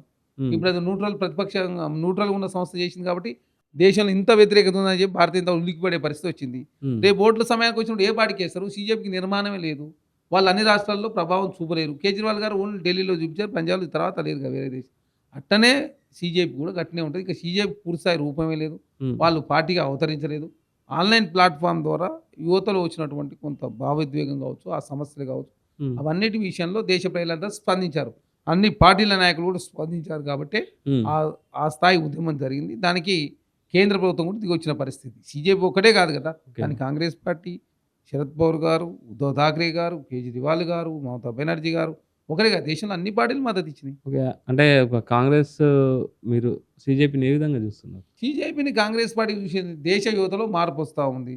ఓకే. ఆ మార్పు ఏందనేది దేశ ప్రజల భారతీయ జనతా పార్టీ అనేది 12 సంవత్సరాల కాలంలో దేశాన్ని ఏ విధంగా దివాలా తీపించారు, ఏ విధంగా ఉద్యోగాలు ఇవ్వకుండా యువతను ఇబ్బంది పెడతా ఉన్నారు. ఉమ్, దేశవ్యాప్తంగా కావచ్చు, దేశంలో అప్పులు కావచ్చు, పేదరికం కావచ్చు, ఆకలి చావులు కావచ్చు, అదే కాదు డెవలప్మెంట్ జరుగుతుందని చెప్తున్న భారతీయ జనతా పార్టీ ఎక్కడ డెవలప్మెంట్ లేదు కదా. డెవలప్మెంట్ లేకపోవడం మూలంగానే, ఉద్యోగాలు లేకపోవడం మూలంగానే యువత అంతా కూడా ఓట మీదకి వస్తూ ఉన్నారు. ఉమ్, సరైన వేలో భారతీయ జనతా పార్టీ ఈ దేశాన్ని పరిపాలించలేదు, ఈ దేశాన్ని డెవలప్మెంట్ చేయలేదు. ఓన్లీ మతం పేరు మీద, కులం పేరు మీద, ప్రాంతాల పేరు మీద రాజకీయం చేసింది అనేది దేశ ప్రజలకు అర్థమైంది. ఉమ్, అది 2024లో రాముడి పేరు మీద వచ్చారు. 2029లో ఏ అంశాలు లేవు వాళ్ళకి. ఓకే. ఇప్పుడు చెప్తామంటే అన్ని అంశాలు సమసిపోయిన పరిస్థితి. ఓకే. చెప్పితే కూడా నమ్మని పరిస్థితి వచ్చింది కాబట్టి రాముడు శపించి భారతీయ జనతా పార్టీ పని అయిపోయింది. ఖచ్చితంగా దేశంలో నరేంద్ర మోడీ గారు దిగిపోతా ఉన్నారు. ఓకే. ఇప్పుడు తెలంగాణ సైడ్ వస్తే, అంటే ప్రజెంట్ ఉన్న సీఎం రేవంత్ రెడ్డి ఆంధ్ర పాలకులకు అనుకూలంగా వర్క్ చేస్తున్నారు, తెలంగాణలో వదిలేసిన గాలికని కూడా కొన్ని అపోహలు ఉన్నాయి. అంటే పాత పరిచయాలు ఏదైతే ఉన్నాయో చంద్రబాబు నాయుడు, రేవంత్ రెడ్డి మధ్య, వాళ్ళకు అనుకూలంగా వాళ్ళ కొన్ని పనులు చేయించుకుంటున్నారు, కానీ తెలంగాణకు చేసింది ఏం లేదని కూడా తెలంగాణ వాళ్ళు చాలామంది అంటున్నారు. తెలుగు ప్రజలు కలిసి ఉండాలని కాంగ్రెస్ పార్టీ తెలంగాణ రాష్ట్రం కోరుకుంటుంది. ఉమ్, తెలుగు ప్రజల మధ్య పోటీ ఉండాలి, ఉమ్, కానీ ఆంధ్ర రాష్ట్రానికి తెలంగాణ రాష్ట్రం ఏ విషయంలో సహకరించదు. ఓకే. తెలంగాణ ప్రయాణాలు విఘాతం కలిగే అంశంలో దేనితో రాజీ పడే ప్రసక్తి లేదని చెప్పి చాలా స్పష్టంగా ప్రభుత్వం ప్రకటించింది. ఉమ్, దానిలో భాగంగా సుప్రీంకోర్టులో కేసులు, జల వివాదాలకు సంబంధించి, విభజన హామీలకు సంబంధించి కావచ్చు, తెలంగాణకి ఈ సమంత అన్యాయం చేసినా ఉమ్, ఊకునే ప్రసక్తి లేదని చెప్పి చాలా స్పష్టంగా మా ముఖ్యమంత్రి గారు ప్రకటించారు. ఓకే. కాబట్టి తెలంగాణ రాష్ట్రంలో తెలంగాణ రాష్ట్ర ప్రభుత్వం, ఆంధ్రలో ఎన్డీఏ ప్రభుత్వం ఉంది. చంద్రబాబు నాయుడు గారు పరిచయం ఉండొచ్చు కాక ఉమ్. పరిచయం ఉందని చెప్పి ఆశలు ఇస్తారా ఏంది? అంటే చాలా తెలుగు కాంట్రాక్ట్లు ప్రజలు కూడా ప్రభుత్వం చెందిన కాంట్రాక్ట్లు కూడా ఆయన చంద్రబాబు నాయుడుకి ఉండదు. దగ్గరగా ఉన్న వాళ్ళకి ఇస్తున్నారు. టెండర్ ప్రాసెస్ లో భాగంగా దేశంలో ఏ రాష్ట్రంలోనైనా జాతీయ స్థాయి టెండర్, గ్లోబల్ టెండర్లు ఇచ్చినప్పుడు ఎవరైనా పార్టిసిపేట్ చేయొచ్చు. దానిలో ఎవరు తక్కువ బిడ్ చేసి ఎలిజిబిలిటీస్ ఉంటే ఎవరికైనా కాంట్రాక్ట్ ఇస్తారు. దానిలో భాగంగా కేసీఆర్ ప్రభుత్వంలో చేసిన వాళ్ళు వాళ్ళ బంధువులకు కూడా సింగరేణిలో కాంట్రాక్ట్లు వచ్చింది. అప్పుడు ఎట్లా వచ్చినాయి చెప్పండి, దాని సమాధానం చెప్పరు. టీఆర్ఎస్ ప్రభుత్వంలో వాళ్ళ బంధువులు ప్రతిమా శ్రీనివాసరావు గారికి సంబంధించిన వచ్చినాయి, కేసీఆర్ సొంత బంధువులకు వచ్చినాయి. కాబట్టి టెండర్ ప్రాసెస్లో ఎవరు తక్కువ కూడి ఇస్తే ఎలిజిబిలిటీస్ ఉంటే వాళ్ళకి ఇస్తారు. గ్లోబల్ టెండర్లో భాగం అది. ఇప్పుడు తెలంగాణ వాళ్ళు చాలా మంది ఆంధ్రలో చేస్తూ ఉన్నారు, తెలంగాణ వాళ్ళు ఒరిస్సా, మహారాష్ట్ర చాలా పక్క రాష్ట్రాలు చేస్తూ ఉన్నారు. ఓకే. కాబట్టి ఈ టెండర్ ప్రక్రియలో భాగంగా వచ్చే టెండర్లు వేరు, ఆంధ్ర తెలంగాణ వేరు. తెలుగు ప్రజలుగా కలిసి ఉండాలి, తెలుగు ప్రజలుగా రెండు రాష్ట్రాల డెవలప్మెంట్ జరగాలి, ఆ డెవలప్మెంట్లో పోటీ పడాలి, దాంట్లో తెలంగాణ ముందు ఉండాలని చెప్పి కోరుకుంటాం మేము. ఓకే. అంటే మెల్లగా ఆంధ్ర సైడ్ నుంచి పవన్ కళ్యాణ్ కూడా మెల్లగా జనసేన ఎంట్రీ చేస్తున్నారు అని చెప్పేసి కూడా మన రీసెంట్గా జరిగిన కొన్ని సంఘటనలు అయితే అర్థమవుతున్నాయి. ఇప్పుడు పవన్ కళ్యాణ్ గారు ఇప్పుడు కొత్తగా ఏం పోటీ చేస్తలేదు. 2023లో కూడా 8 స్థానాల్లో పోటీ చేశాడు. అంటే ఇంటర్నల్గా బీజేపీకి సపోర్ట్గా రావాలి, బీజేపీ కొంచెం బలం పెంచుకోవాలి. ఏ ప్రాంతీయ పార్టీ కూడా రెండు రాష్ట్రాల్లో మనగడ కొనసాగించదు. బీహార్లో ఉన్న పార్టీలు జార్ఖండ్ లేవు, జార్ఖండ్లో పార్టీలు బీహార్ లేవు. ఓకే. అదే కాకుండా ఉత్తరాఖండ్లో ఉన్న పార్టీలు ఉత్తరప్రదేశ్లో లేవు, మధ్యప్రదేశ్లో ఉన్న పార్టీలు ఛత్తీస్గఢ్లో లేవు. కాబట్టి ప్రాంతీయ పార్టీలు రెండు రాష్ట్రాల్లో మనగడ కొనసాగించదు. అది only Kejriwal party, Aam Aadmi party పంజాబ్లో, ఢిల్లీలో ఉన్నది. మిగతా రాష్ట్రాల్లో నామమాత్రమే ఉంటాయి. కాబట్టి ఆ కేజ్రీవాల్ గారి పని కూడా అయిపోయింది. పంజాబ్లో, ఢిల్లీలో పని అయిపోయింది, కేజ్రీవాల్ది పంజాబ్లో కూడా పని అయిపోయింది. తెలంగాణ రాష్ట్రంలో Congress party, second BRS, third BJP. ఇంకా మిగతా పార్టీలు ఏది ఉన్నా కూడా నామమాత్రం. అంటే ఇప్పుడు 2029లో ఎవరితో కలిసి మీరు పోటీ చేస్తారు? మేము ఎవరితో కలిసి పోటీ చేయం. బీఆర్ఎస్ బీజేపీ కలిసి వస్తే వాళ్ళిద్దరిని ఓడగొట్టాలనే ఏకైక లక్ష్యంతో ముందుకు పోతా ఉన్నాం. విరివిడిగా ఒకరికొకరు సహకరించి. మొన్న ఎలక్షన్లో కేసీఆర్ బీఆర్ఎస్ ఓడిపోవడానికి మెయిన్ కారణం బీజేపీ కాంగ్రెస్ కలిసి ఇంటర్నల్గా పాలిటిక్స్ చేసినందుకే ఓడిపోయినని కూడా చెప్తారు. బీఆర్ఎస్ ఎమ్మెల్యే ఎలక్షన్లో బీజేపీ బీఆర్ఎస్ సహకరించింది, ఎంపీ ఎలక్షన్లో బీఆర్ఎస్ బీజేపీ సహకరించింది. అందుకే బీఆర్ఎస్ పార్టీ 9 ఎంపీల నుంచి గుండు 0, 37% వచ్చిన ఓటు బ్యాంకు 17% పరిమితమైంది. ఓకే. 2005లో 5 ఎంపీలు, 2009 2, 2014లో 11 మంది, 2019లో 9 మంది, 2024 కుస్తలకు గుండు 0 అయింది BRS party. BRS party BJP కోసం అవేదానం చేసింది ఎంపీ ఎలక్షన్లో. ఎమ్మెల్యే ఎలక్షన్లో బీజేపీ బీఆర్ఎస్ పార్టీ సహకరించింది. కాబట్టే బీఆర్ఎస్ పార్టీకి 37% ఓటు బ్యాంక్ వచ్చింది. కాబట్టి ఇద్దరు కలిసి పొత్తులో వస్తే ఇద్దరిని ఓడించి రెండోసారి తెలంగాణ రాష్ట్ర కాంగ్రెస్ పార్టీ అధికారంలో రాబోతుంది. దేశంలో రాహుల్ గాంధీ గారు ప్రధానమంత్రి కాబోతున్నారు, రాష్ట్రంలో రేవంత్ రెడ్డి రెండోసారి ముఖ్యమంత్రి కాబోతున్నారు. ఖచ్చితంగా 2029లో. కానీ మేము మిషన్ తెలంగాణ స్టార్ట్ చేసినాం ఆల్రెడీ. ఏ తెలంగాణ స్టార్ట్ చేసినా దేశంలోనే భారతీయ జనతా పార్టీ పని అయిపోయింది. వాళ్ళు ఎప్పుడు మిషన్లు స్టార్ట్ అయి ఉంటాయి. ఏ రాష్ట్రాన్ని చెక్ చేసుకోండి మీరు. ఒరిస్సాలో నవీన్ పట్నాయక్తో పొత్తు పెట్టుకున్నారు, నవీన్ పట్నాయక్ కథం చేసి బీజేడీని. అకాలీదళతో పంజాబ్లో పొత్తు పెట్టుకుని వాళ్ళని కథం చేసి ఆలాగం అయిపోయారు. హర్యానాలో జననాయక్ పొత్తు పెట్టుకుని వాళ్ళు కథం చేసి, జేడీయూ నితీష్ కుమార్తో పొత్తు పెట్టుకుని వాళ్ళు కథం చేసి బీజేపీ అక్కడ ముఖ్యమంత్రి. ఉద్ధవ్ ఠాక్రేతో పొత్తు పెట్టుకుని బీజేపీ అక్కడ వాళ్ళని కథం చేసి ఆ పార్టీని తీసి నామరవ్వ లేకుండా వాళ్ళ ముఖ్యమంత్రి అనే పరిస్థితి. తర్వాత మహబూబా ముక్తి జమ్మూ కాశ్మీర్లో ఆమె కథం చేస్తే ఆమె 3 సీట్లుగా పరిమితమైంది. బీఎస్తో పొత్తు పెట్టుకుని ఉత్తరప్రదేశ్ కథం అయిపోయారు. తర్వాత దేశంలో ఏ రాష్ట్రంలో ఏ పార్టీతో పొత్తు, అస్సాంలో అస్సాం గణపరిస్థితితో పొత్తు పెట్టుకుని అది 700 తెలియని పరిస్థితి. బీజేపీతో పొత్తు పెట్టుకుని ఏ పార్టీ దేశంలో మనగడ కొనసాగించదు. అది భవిష్యత్తులో టీడీపీ గతి కూడా గదే పడబోతుంది. అదే కర్ణాటకలో దేవేగౌడ పార్టీ కూడా గదే పని అయిపోయింది. కాబట్టి దేశంలో భారతీయ జనతా పార్టీ పొత్తు పెట్టుకున్న పార్టీ ఏ పార్టీ కూడా, అది పశుపన్ పార్టీ కావచ్చు, మాంజీ పార్టీ కావచ్చు, తర్వాత ఏదే ఉన్న చిరక్ పాశ్వాన్ కావచ్చు, ఎవరైనా కావచ్చు దేశంలో. ఓకే. మెయిన్ ఈ కాంగ్రెస్ ఒక అడ్మినిస్ట్రేషన్ గురించి మాట్లాడితే చిన్న ఎగ్జాంపుల్, రీసెంట్గా బోనాలకు సంబంధించిన ఏర్పాట్లు కూడా ఆర్గనైజేషన్ కూడా కరెక్ట్ చేయలేదు. అంటే వాళ్ళు అంటే బోనాలు కింద పడిపోయినాయి అవి అని చెప్పేసి కూడా చాలా బాధపడ్డారు. ఇక్కడ సనాతన ధర్మాన్ని, హిందూ ధర్మాన్ని కాపాడే ప్రయత్నంలో ఎక్కడ ఏ అవకాశాన్ని చిన్న లోపం కూడా కాంగ్రెస్ ప్రభుత్వం చేయదు. అనవసరంగా తెలంగాణ రాష్ట్రంలో బతుకమ్మ బోనాలకు సంబంధించి కాంగ్రెస్ ప్రభుత్వం వచ్చిన తర్వాత ప్రభుత్వమే ప్రత్యేక ఏర్పాటు చేసి ప్రత్యేక ఆర్థిక సాయం కూడా రాష్ట్ర ప్రభుత్వం చేసింది. భక్తుల సంఖ్య పెరగడంతో ఎక్కడైనా ఉద్రిక్తలు జరుగుతుండొచ్చు కనుక తెలంగాణ రాష్ట్రమే కాదు, తెలంగాణ రాష్ట్రంలో కాంగ్రెస్ ప్రభుత్వం వచ్చిన తర్వాత 6 టెంపుల్ రెనోవేషన్ ఆల్రెడీ పూర్తయింది. ఇంకా 14 టెంపుల్ జోగినుల బోనాలు కింద పడిపోయినాయి, రాష్ట్రానికి అరిష్టం అని చెప్పేసి కూడా చెప్తున్నారు. ఉన్నది 2000 కోట్ల రూపాయలు మేము హిందూ టెంపుల్ మీద ఖర్చు పెడతా ఉన్నాం. ఉమ్, అదే కాక 3 గోశాలల నిర్మాణం జరుగుతూ ఉంది. హిందూ సనాతన ధర్మం ఈ దేశంలో ఇంత సుభిక్షంగా ఇన్ని సంవత్సరాల కాలం పాటు మనుగడ కొనసాగించిందంటే కాంగ్రెస్ పార్టీ కారణం. ఏదో భారతీయ జనతా పార్టీ 1980లో పుట్టింది, వాళ్ళు వచ్చిన తర్వాత హిందూ సనాతన ధర్మం పుట్టింది కాదు. హిందువులు అప్పటి నుంచి దేవుణ్ణి రాముడు వాళ్ళు క్రియేట్ చేసిన వాళ్ళు కాదు. ఉమ్, వాళ్ళు హిందూ సనాతన ధర్మం హిందూ ధర్మాలను వాళ్ళు ఓటు బ్యాంక్ కోసం వాళ్ళు వాడుకున్నారు. ఉమ్, అదే కాకుండా కేంద్ర ప్రభుత్వం జిఎస్టీలు కూడా గుళ్ళ మీద టెంపుల్ మీద జిఎస్టీలు విధిస్తూ తలనీలాల మీద కొబ్బరికాయల మీద తర్వాత ఏదైతే భక్తులు సమర్పించే కానుకల మీద తర్వాత పూజలు చేసుకున్న పూజ సామాగ్రి మీద తర్వాత అర్చనల మీద కూడా జిఎస్టీ విధించి ఏకంగా కట్టకపోతే టెంపుల్ల భూములు మేము చీజ్ చేస్తామని చెప్పి కేంద్ర ప్రభుత్వం చెప్తా ఉంటే ఎన్ని సంవత్సరాలు? భారతీయ జనతా పార్టీ మౌనం వహిస్తుంది. ఆనాడు నరేంద్ర మోడీ గారు ప్రధానమంత్రి అయిన తర్వాత అంతకుముందు మన్మోహన్ సింగ్ గారు వ్యాట్ విధించలేదు. రాముడు విరాళాలు చోరీ చేస్తే మౌనం వహిస్తూ ఉన్నారు. మేము టెంపుల్ రెనోవేషన్ చేస్తుంటే రాష్ట్ర ప్రభుత్వ ఖజానా చిట్ట ఖర్చు పెడుతున్నారని రామచంద్రరావు గారు మాట్లాడుతారు. అంటే హిందూ సనాతన ఓట్లు న్యూట్రల్గా 15 to 20% ఉంటాయి కాబట్టి అవి కాంగ్రెస్ పార్టీకి ఎక్కడైనా వస్తాయో అది ఎట్లా కాంగ్రెస్ పార్టీ లాభం జరుగుతుందని చెప్పి భావించి వాళ్ళు హిందూ సనాతన ధర్మాన్ని వేరే పార్టీకి పోకుండా అడ్డుకునే ప్రయత్నం భారతీయ జనతా పార్టీ చేస్తూ ఉంది. అదే కాకుండా అంటే ఇప్పుడు బీఆర్ఎస్ కూడా చాలాసార్లు నిర్వహించింది, ఆర్గనైజ్ చేసింది, కానీ ఎక్కడ ఇలాంటి అయితే సంఘటనలు లేవు. ఎందుకు జరగలేదు? వాళ్ళ ఆయనలో బోల్డ్ అని సంఘటన జరిగినాయి. జిహెచ్ఎం సెలక్షన్ ముందు 5 రోజుల పాటు మహాయజ్ఞం చేస్తే 99 కార్పొరేట్ గెలిచింది. హిందూ సనాతన న్యూట్రల్ 15 to 20% ఓట్లు ఆనాడు బీఆర్ఎస్ కేసారు. కేజ్రీవాల్ ఢిల్లీలో బీజేపీ రాముడి పేరు మీ ఎలక్షన్ పోతే వాళ్ళు హనుమాన్ చాలీసా హనుమంతు పేరు మీ పోతే 63 స్థానాలు బీజేపీ 3 సీట్లకి పరిమిత పరిస్థితి. అంటే మొత్తం హిందూ సనాతన హిందూ సెంటిమెంట్ ఉన్న ఓట్లు మొత్తం బీజేపీ సైడ్ ఉండవు. 15 to 20% మారుతూ ఉంటాయి. ఆ మారిన ఓట్లు పోయినసారి బీజేపీ సైడ్ కొంత సగం పడ్డాయి. ఈసారి మొత్తమే అవి పడే అవకాశం లేదు. కాబట్టి దేశంలో నరేంద్ర మోడీ గారు వచ్చే అవకాశం లేదు. తెలంగాణ రాష్ట్రంలో డబుల్ ఇంజిన్ కాదు సింగిల్ ఇంజిన్ ఆలోచన కూడా చేయడం కూడా బీజేపీకి పరిస్థితి చాలా దారుణంగా ఉంటుంది. ఓకే, ఇప్పుడు కాంగ్రెస్లో మీరు ఒక చైర్మన్గా ఉన్నారు, అంటే Telangana livestock development authority అని. జైన్ అయినాక మీరు చేసిన కార్యక్రమాలు ఏంటి? Telangana livestock development agency TGLD అంటారు. ఓకే, ఈ సంస్థ 2000 సంవత్సరంలో పార్లమెంట్ చట్టం ద్వారా ఏర్పడింది.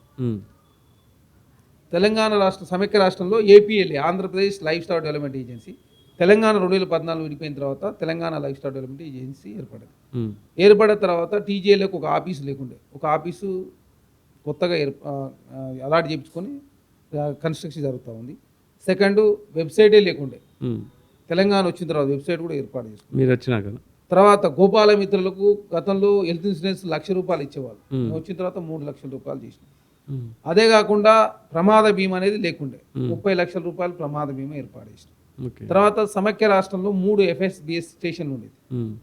ఆంధ్రకు 2 పోయినాయి, తెలంగాణకు 1 వస్తే ఇప్పుడు తెలంగాణ రాష్ట్రంలో మొన్న షాద్నార్లో FSBS సెంటర్, తర్వాత మక్తల్లో ట్రైనింగ్ సెంటర్, తర్వాత కరీంనగర్లో FSBS స్టేషన్ ఉన్నది. అదే కాకుండా తెలంగాణ రాష్ట్రంలో గోపాల మిత్రులు అనే వాళ్ళు 1560 మంది ఉంటారు. ప్రతి 3 ఊళ్ళకు ఒక గోపాల మిత్ర ఉంటారు. వాళ్ళ పైన సూపర్వైజర్, వాళ్ళ పైన ఈవోలు. 9 జిల్లాలు district life stock development agency 9 జిల్లాల చైర్మన్లు, అందులో ఒకరు స్టేట్ చైర్మన్లు, మిగతా వాళ్ళు డైరెక్టర్లు అవుతారు. ఈసారి మాత్రం నేను నామినేటెడ్. ఓకే, తర్వాత నేను వచ్చిన తర్వాతనే ఆంధ్ర తెలంగాణ సంబంధించి ₹100 కోట్ల మా టీజీఎల్ఏకు ఆంధ్రకు మధ్యలో పంచుకోలేదు. పంచుకోవాలని చెప్పి అక్కడ చంద్రబాబు నాయుడు గారికి, ఇటు రేవంత్ రెడ్డి గారికి, అక్కడ చీఫ్ సెక్రటరీ, ఇక్కడ చీఫ్ సెక్రటరీ, అక్కడ మంత్రి, ఇక్కడ మంత్రి, అక్కడ చీఫ్, ఇక్కడ చీఫ్తో మాట్లాడి లెక్కలు రాసి దాన్ని పంచుకునే ప్రయత్నంలో ముందుకు పోతాం. అదే కాకుండా తెలంగాణ రాష్ట్రంలో 23 లక్షల లీటర్ల పాల ప్రతిరోజు దిగుమతి చేసుకుంటాం. దాని ద్వారానే పాలకు సంబంధించినటువంటి కల్తీ జరుగుతూ ఉంది. కాబట్టి దాన్ని అధిగమించే ప్రయత్నంలో భాగంగా ప్రభుత్వం ఏం చేస్తే బాగుంటుందని చెప్పేసి ఆలోచనకు వచ్చినప్పుడు దాని మీద ఒక కమిటీ వేసి కమిటీ రిపోర్ట్ ఇచ్చింది. 2 మండలాలకు ఒక మహిళా సంఘాల ఆధ్వర్యంలో ఒక డైరీ ఏర్పాటు చేసుకుంటే రాష్ట్ర ప్రభుత్వం ల్యాండ్ సాయం చేస్తే, కేంద్రము రాష్ట్రీయ గోకుల్ మిషన్ ద్వారా సబ్సిడీ ఇస్తే, బ్యాంకుల గ్యారెంటీ రాష్ట్ర ప్రభుత్వం ఇస్తే, ఆ వచ్చే పాలను విజయ డైరీ కొనుగోలు చేస్తే అటు విజయ డైరీ బాగుంటుంది, పాల కల్తీ తగ్గుతుంది, ₹10,000 కోట్ల వ్యాపారం అవుతుంది, మహిళా సంఘాలకు కూడా బలోపేతం అవుతుంది. దాంతో టీజీఎల్ఏ కూడా దానికి సంబంధించినటువంటి వీర్య కేంద్రాలు కావచ్చు, తర్వాత పీబీ వెటర్నరీ వాళ్ళు ఏమో దానికి సంబంధించినటువంటి గైడ్ చేస్తామని చెప్పేసి ఒక నిర్ణయానికి వచ్చిన తర్వాత రాష్ట్ర ప్రభుత్వానికి లేఖ రాష్ట్రం. ఇట్లా చాలా రిఫార్మ్స్ తీసుకొచ్చే ప్రయత్నంలో మేము ముందుకు పోతాం. ఎంతమందికి మీరు పశువులకు దీనికి సంబంధించి అంటే డొనేట్ చేయడం కానీ ఇవ్వడం? ఇక్కడ ఏమైందంటే మాది పశువులకు డొనేట్ కాదు, ఇక్కడ ఇది వీర్య కేంద్రాలకు సంబంధించిన అంశము. ఓకే, తర్వాత కేంద్రానికి సంబంధించి కేంద్రము రాష్ట్రం కలిసి పనిచేస్తాయి ఈ సంస్థ గురించి. కేంద్ర ప్రభుత్వం ఏంటంటే కొన్ని వాళ్ళ గ్రాంట్లు మన రాష్ట్ర ప్రభుత్వం నుంచి గ్రాంట్లు ఇస్తే వాళ్ళు కూడా పైసలు ఇస్తున్నారు. 60 పైసలు వాళ్ళు ఇస్తే 40 పైసలు మనం ఇవ్వాలి. ఇన్సూరెన్స్ అని కూడా ఆవులకు తర్వాత బర్రెలకు అంతా ఇన్సూరెన్స్ చేస్తూ ఉన్నాం. అదే కాకుండా తెలంగాణ రాష్ట్ర పాల ఉత్పత్తి పెంచడం కోసం రాష్ట్రీయ గోకుల్ మిషన్ కావచ్చు, నేషనల్ డైరీ డెవలప్మెంట్ బోర్డు కావచ్చు, నాబార్డు కావచ్చు, జైకా కావచ్చు, అదే కాకుండా national animal husbandry infrastructure corporation కావచ్చు, దాంతో రుణాలు వచ్చే అవకాశం ఉంది. కాబట్టి ఆగస్టు మాసంలో ప్రారంభం కాబోతుంది. కాబట్టి అప్పుడు ఈ స్కీమ్స్ ప్రారంభమైన తర్వాత ఖచ్చితంగా తెలంగాణ రాష్ట్రానికి అత్యధికంగా ఈ సబ్సిడీ తీసుకొచ్చే ప్రయత్నంలో ముందుకు పోతా ఉన్నాం. అదే కాకుండా రీసెంట్గా 3 ఏదైతే ఆవులకు సంబంధించినటువంటి 3 స్కీమ్స్ వచ్చినాయి. ఒకటి మదిరాకు పోయింది, ఒకటేమో మక్తల్, ఇంకోటేమో మన దోర్నకల్ తీసుకుపోయిన పరిస్థితి. భవిష్యత్తులో ఇంకా పెంచుకునే ప్రయత్నంలో ముందుకు పోతాం. పాల ఉత్పత్తిని పశు సంపదను పెంచుకోవాలి. తర్వాత తెలంగాణ రాష్ట్ర కాంగ్రెస్ మేము చైర్మన్ అయిన తర్వాత గోమాత ఉత్సవం అధికారం నిర్వహించాలని చెప్పి ప్రభుత్వాన్ని రిక్వెస్ట్ చేశాం. రెండోది గోవుని తెలంగాణ కల్చరల్ యానిమల్ గుర్తించుకోవాలని చెప్పి రిక్వెస్ట్ చేశాం. మూడోది గో ప్రొటెక్షన్ కమిషన్ ఏర్పాటు చేస్తే బాగుంటుంది అని చెప్పి కోరడం జరిగింది.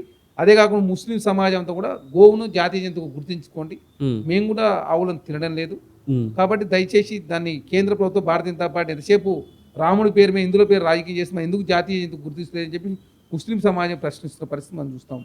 కాబట్టి తెలంగాణ రాష్ట్రంలో గోవులకు సంబంధించి కావచ్చు, గోశాలలు కావచ్చు, టెంపుల్ రెనోవేషన్ కావచ్చు, సనాతన ధర్మం రక్షించే ప్రయత్నం కావచ్చు, గోదావరి పుష్కరాలు కావచ్చు, 1000 కోట్ల రూపాయలు కేటాయించారు. సనాతన ధర్మం హిందూ ధర్మాలను కాపాడుకుంటూ సకల మతాలను గౌరవించే ప్రయత్నంలో కాంగ్రెస్ ప్రభుత్వం ముందుకు పోతుంది. ఓకే, అంటే మీరు బీసీ నినాదాన్ని బాగా వినిపిస్తుంటారు. ఇలాంటి బీసీ నినాదాలను ఎక్కువగా వినిపించే వాళ్ళకి ఇలాంటి చిన్న కమిషన్లు ఇలాంటివి ఇచ్చేసి చైర్మన్స్ అవి ఇచ్చేసి బీసీ నినాదాన్ని తొక్కేస్తున్నారు. అంటే తిన్మార్మలను కూడా చాలాసార్లు ఈ మాటలు అయితే చెప్పడం జరిగింది. సో ఆఫ్టర్ ఈ పదవి వచ్చిన తర్వాత బీసీ నినాదం గురించి కూడా పెద్దగా మాట్లాడలేదని కూడా కొన్ని అపోహలు ఉన్నాయి. ఇక్కడ దయచేసి అర్థం చేసుకోవాల్సింది ఏంటంటే తిన్మార్మలన్న ఇప్పుడు మాట్లాడు, ఆయన ఎమ్మెల్సీ ఎక్కడి నుంచి అయ్యాడు? కాంగ్రెస్ పార్టీ నుంచి కదా. అనిల్ కుమార్ యాదవ్ రాజ్యసభ ఎక్కడి నుంచి అయ్యాడు? కాంగ్రెస్ పార్టీ నుంచి కదా. నవీన్ యాదవ్ గారు ఎమ్మెల్యే ఇచ్చారు, కాంగ్రెస్ పార్టీ నుంచి కదా. మేము చైర్మన్ అయినాం, రేపు ఇంకా ఎమ్మెల్సీ కావచ్చు. ఒకటే ఉంటుంది.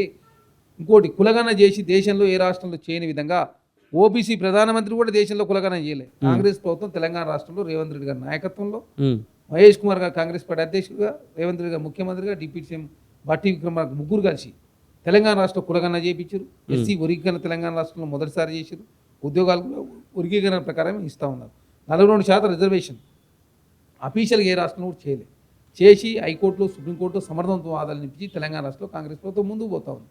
కాంగ్రెస్ పార్టీ ముఖ్యమంత్రిగా ఓసీ ఉంటే, బీసీ పీసీసీ అధ్యక్షుడిగా, ఎస్సీ డిప్యూటీ సీఎం ఉన్నాం. సోషల్ జస్టిస్ కాంగ్రెస్ పార్టీతోనే సాధ్యం. కాంగ్రెస్ పార్టీ సంబంధించినటువంటి ఇంకా మధ్యవర్గంలో 2 స్థానాలు ఖాళీ ఉన్నాయి. రేపు గవర్నర్ కోటాలో 3 ఎమ్మెల్సీ రాబోతున్నాయి. గ్రాడ్యుయేట్ కోటాలో 2 ఎమ్మెల్సీ ఉన్నాయి. తర్వాత మళ్ళీ డిసెంబర్ 2020లో 6 ఎమ్మెల్యే ఒక గవర్నర్ రాబోతా ఉంది. 28 మార్చిలో 11 లోకల్ బాడీ ఎలక్షన్లో ఎమ్మెల్సీలు రాబోతా ఉన్నాయి. 28 జూన్లో 2 రాజ్యసభలు రాబోతా ఉన్నాయి. రకరకాల అవకాశాలు ఒక్కోసారి ఒక్కొక్కరికి ఇస్తూ ఉంది.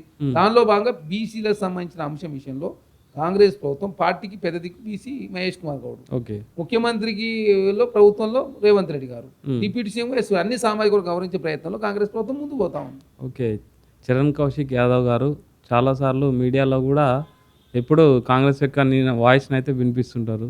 ఎప్పుడు కాంగ్రెస్ కోసం కొట్లాడుతుంటారు, లాఠీ దెబ్బలు తిన్న అన్నీ చేశారు.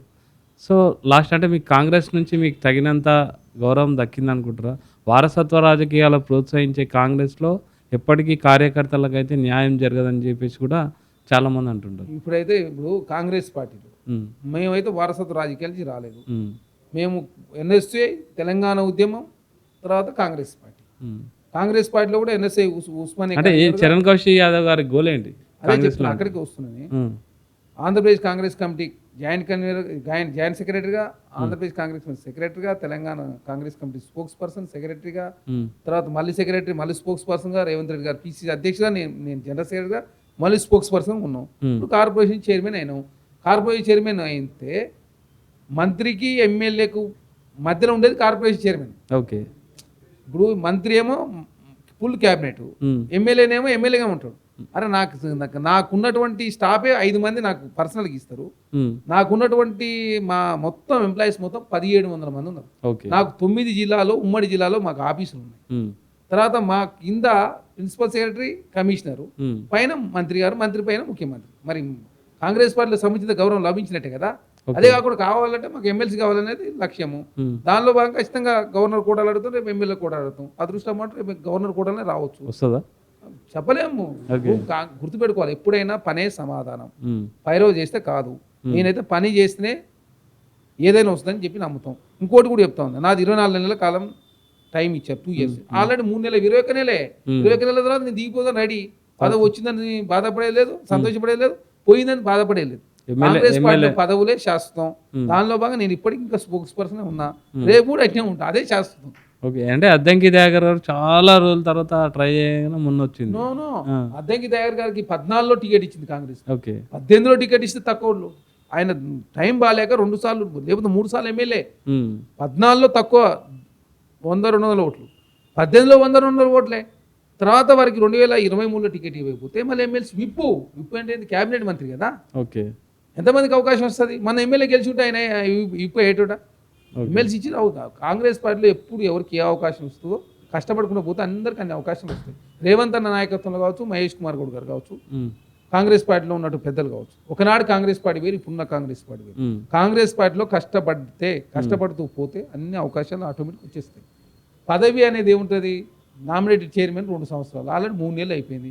ఇంకొక 21 నెలలు అయితే దిగిపోవాల్సిందే కదా. పదవులు శాస్త్రం కాదు, పార్టీ శాస్త్రం, పార్టీలో పదవులు శాస్త్రం. కాబట్టి పడి చేసుకునే పోయే క్రమంలో పదవులు వస్తుంటాయి, పోతుంటాయి. కాబట్టి కాంగ్రెస్ పార్టీ ఇప్పుడు మాత్రం కష్టపడేళ్ళకి పదవులు ఇస్తా ఉన్నారు. వల్లమూరు వెంకట్కి ఎమ్మెల్సీ ఇచ్చారు, అనిల్ కుమార్ యాదవ్కి ఎంపీ రాజ్యసభ ఇచ్చారు, నవీన్ యాదవ్కి ఎమ్మెల్యే ఇచ్చారు, తర్వాత చామల కిరణ్ కుమార్ రెడ్డి గారికి ఎంపీ ఇచ్చారు, యశస్విని రెడ్డి యూత్ ఎమ్మెల్యే ఇచ్చారు, తర్వాత మైనపల్లి రోహిత్ రావు, పర్ణికారెడ్డి, ఇట్లా ఎప్పుడు కాంగ్రెస్ పార్టీ ఉన్నటువంటి కార్పొరేషన్ చైర్మన్ అంతా యువకులే. ఓకే. ఎందుకంటే శివసేనారెడ్డి కానీ మొదలు పెడితే మన కార్పొరేషన్ చైర్మన్ 33 మందిలో మ్యాక్సిమం యూత్ కాంగ్రెస్ పార్టీలో పనిచేసిన వాళ్ళు. మొన్న ఇచ్చినట్టు వాళ్ళు కూడా అందరు కాంగ్రెస్ పార్టీలో ఉన్నవాళ్ళు. మొన్న 19 ఇస్తే 19లో 18 కులాలకు సంబంధించిన కార్పొరేషన్ ఉంటే మాది జనరల్. ఇప్పటివరకు ఒక యాదవ్ కూడా టీజీఎల్ఏ చైర్మన్ కాలే. ఏది సమైక్య రాష్ట్రం మొదలు పెడితే ఇప్పటివరకు మొదటిసారి ఓసీ కాకుండా బీసీలలో యాదవ్ అయింది నిన్నే. అంటే ప్రతి ఎప్పుడు ఎలక్షన్ ద్వారా అవుతారు, ఈసారి నామినేటెడ్ చేశారు. ఎలక్షన్లు అయితే ఈ పదవి 5 సంవత్సరాలు ఉంటాయి జనరల్గా. జిల్లా చైర్మన్ అయ్యి అందులో ఒకరు స్టేట్ చైర్మన్ అయితే మిగతా వాళ్ళు డైరెక్టర్, డీసీజీబీ స్టైల్ ఉంటుంది ఇది. కాబట్టి పదవులు అనేది ఏ పదవి ఇచ్చినా కూడా ఆ పదవిలో పనిచేస్తూ పోతూ రిఫార్మ్స్ తీసుకొచ్చి ముందుకు పోతుంటే ఆ పదవి ద్వారా అటు ప్రభుత్వానికి కానీ అటు పార్టీకి కానీ మనకు కానీ పేరు వస్తుంది. ఆ పదవి ఇచ్చినంత మాత్రాన నువ్వేం పని చేయకపోతే ఎవరికి ఏం పేరు వస్తుంది? ఏం రాదు కదా. ఓకే. కాబట్టి పదవులు శాస్త్రం కాదు, పార్టీ పదవి శాస్త్రం నమ్ముతాం. ఫైనల్ అంటే కౌశిక్ గారు కూడా ఎమ్మెల్యే కావాలని నేను కోరుకుంటున్నాను. ఎమ్మెల్సీ నేను ఫస్ట్ కావాలి, ఎప్పుడైనా నేను అడిగేది ఎమ్మెల్యే. కార్పొరేట్ చైర్మన్ ఎప్పుడు అడగదు, ఎమ్మెల్సీ కావాలనేది ఉంటుంది. ఖచ్చితంగా ఎప్పుడైనా ఎమ్మెల్సీ అడుగుతూనే ఉంటాం. ఒక్కోసారి ఒక్కొక్కరికి అవకాశం వస్తుంది. ఆ అవకాశం ఈక్వేషన్స్ క్యాస్ట్ల వరకు కావచ్చు, యువత కావచ్చు, యువత కూడా ఇప్పుడు అంతా ప్రయారిటీ ఇస్తూ ఉన్నారు. కాబట్టి ఒక్కోసారి ఒక్కొక్క అవకాశం వచ్చే అవకాశం. Okay. Any congratulations sir, MLC వస్తుంది మీకు కూడా అని ఆశిద్దాం. Thank you for very much for giving time. Keep watching Pallavi podcast.